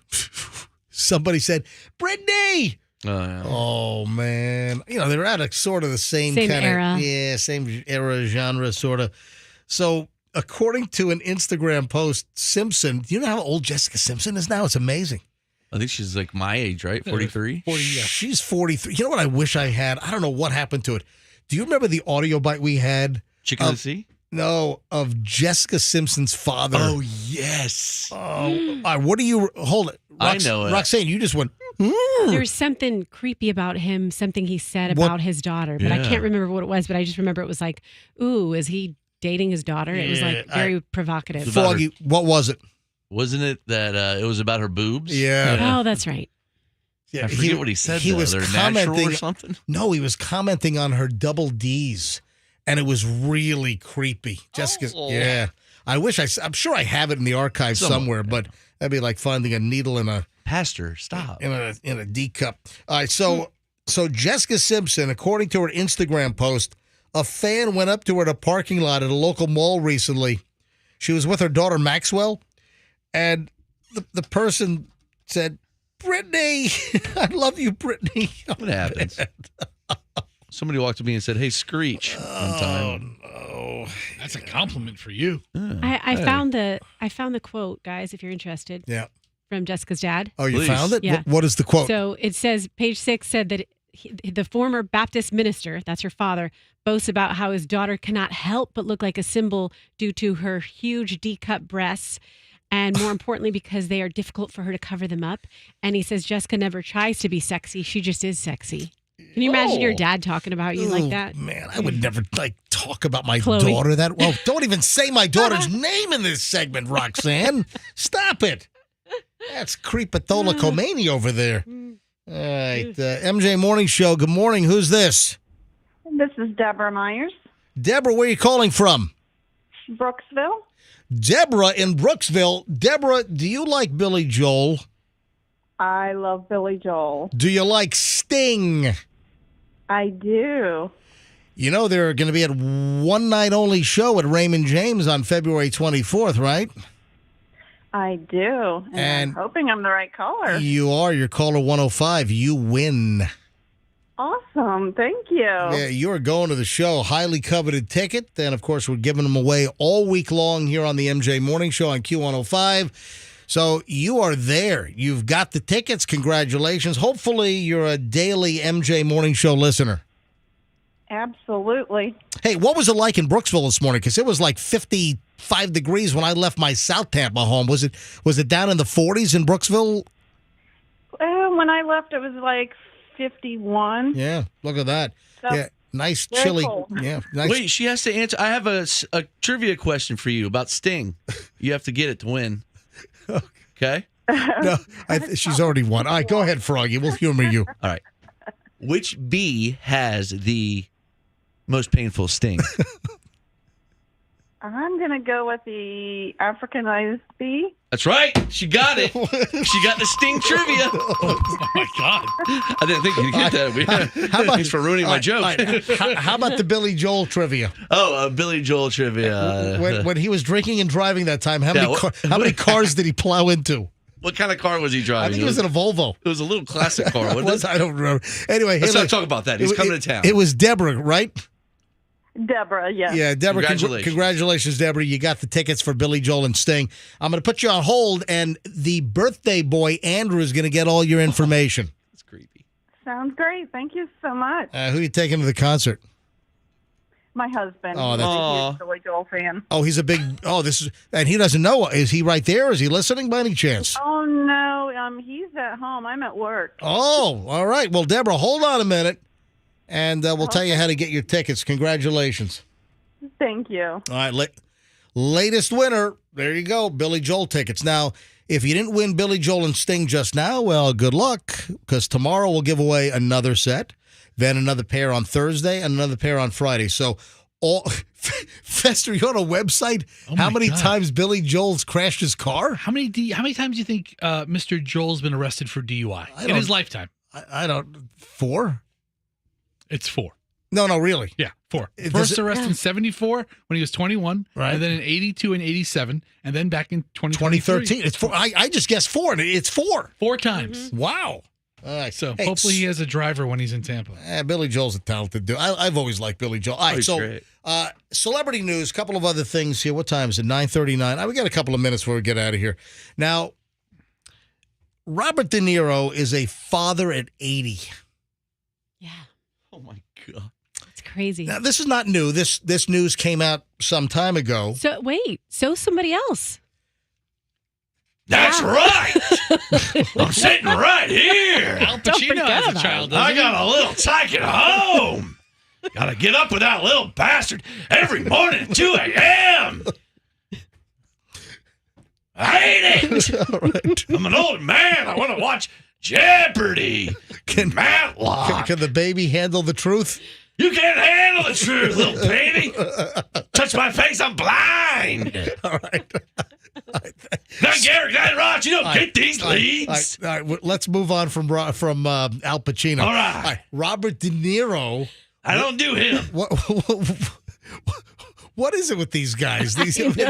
So they live forever and they do it forever. I watched Casino again the other day. God, that movie is so According good. to the Google, Al Pacino's child is 22. Ah! No, I just had a baby. No, I typed in Al Pacino children. Type in new baby, you big fat man. Al Pacino and Nor Alfala, who's 29. Alfalfa, my wife. who is they just had a baby not that long ago. Did it 9 months ago. June 6th. That's right. So my wig fell off in her mouth. Your what? My wig falls off every time I do it. In her mouth? Yeah, because she's like, my wig fell off in your mouth again. Stop. And my platform shoes are weird. Stop. Do you wear those while you're doing it? Yeah. How do you think I get in that cowboy? Stop. Let me finish the freaking story. And then I want to know about you watching Casino. Well, Doug's away. I mean, he's at the game. The Rangers. Astros. That's how Roxanne gets by. Watches just back-to-back 3-hour movies because Doug is gone so often.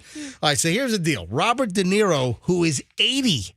De Niro is 80 years old, is saying that his girlfriend is doing very well and is doing, quote-unquote, the heavy lifting with their newborn daughter. Yeah.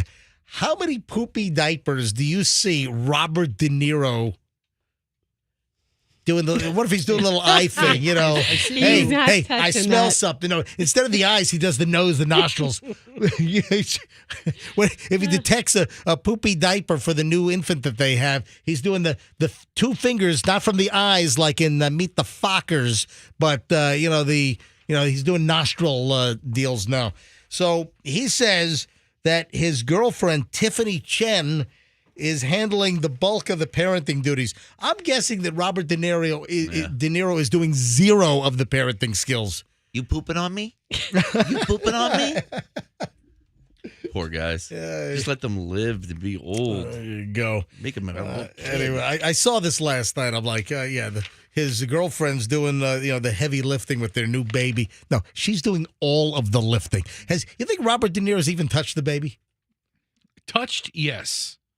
Cleaned, no. I told you, don't buy anything. Don't spend any money. No. What are the baby stores these days? Was it Bye Bye Baby? Is that is that still around? Bye Bye Baby. I think it's Bye Bye Baby. Where's the baby going? Is that Bye Bye? Hey, and this is sad. I had a conversation with Michelle about this the other day, and we had both seen the story, and it's terrible. I feel awful. Now Bruce Willis's family is saying that he's like incommunicative, that not even communicating, nothing. Oh my gosh, how quick. Michelle, I think she ordered the whole Moonlighting DVD set now. Oh, I love Sybil Shepherd. It's on did I see it's on Hulu now or something? Oh, is it? Moonlighting just for the first time ever. Moonlight. Oh no, I'm sorry. No. You're right. She ordered the WKRP in Cincinnati set. That's the set. Yeah, we got that. Oh, I want that. Yeah, we got the whole WKRP in Cincinnati DVD set. But you're right. Moonlighting. She mentioned. You're right that it's on Hulu. The weird thing is the music. It took forever because there's a lot of like 80s music. A lot of actual music was used, and it took forever apparently to get the clearances. What? Yeah. Miami Vice is filled with 80s music, and that's on. For whatever reason, for Moonlighting, it just took a long time to get the licensing and clearances to stream the show because of the music used, and apparently it just got done, and now it's streaming on Hulu. Did it start already? Is it hot? I don't know. But if it's not yet, it will be soon. I just saw over the weekend that for the first time ever, it's been available, and the DVDs haven't been out. And this is the first time it's been on streaming. You know what else is available for the first time ever on Hulu? What's that? Ernest Goes to Camp. Whoa. Dude, I love that Look movie. at the phones. We gave away the tickets, 10 minutes ago? Every single line is still ringing. What happens hang on a sec. You want to take more Sting trivia? Hi, good morning, MJ Morning Show. Can I help you? Yes. Did somebody already win the tickets? Yeah, like 10 minutes ago. We're live on the air. Who's this? Oh, man. This is Robert. I'm calling from Lakeland. Hey, Robert, it's MJ. I'm calling from St. Pete right now in the Sorry, studio. Robert, you're a loser. Yeah, Froggy, well, shut in the up. contest. In this contest.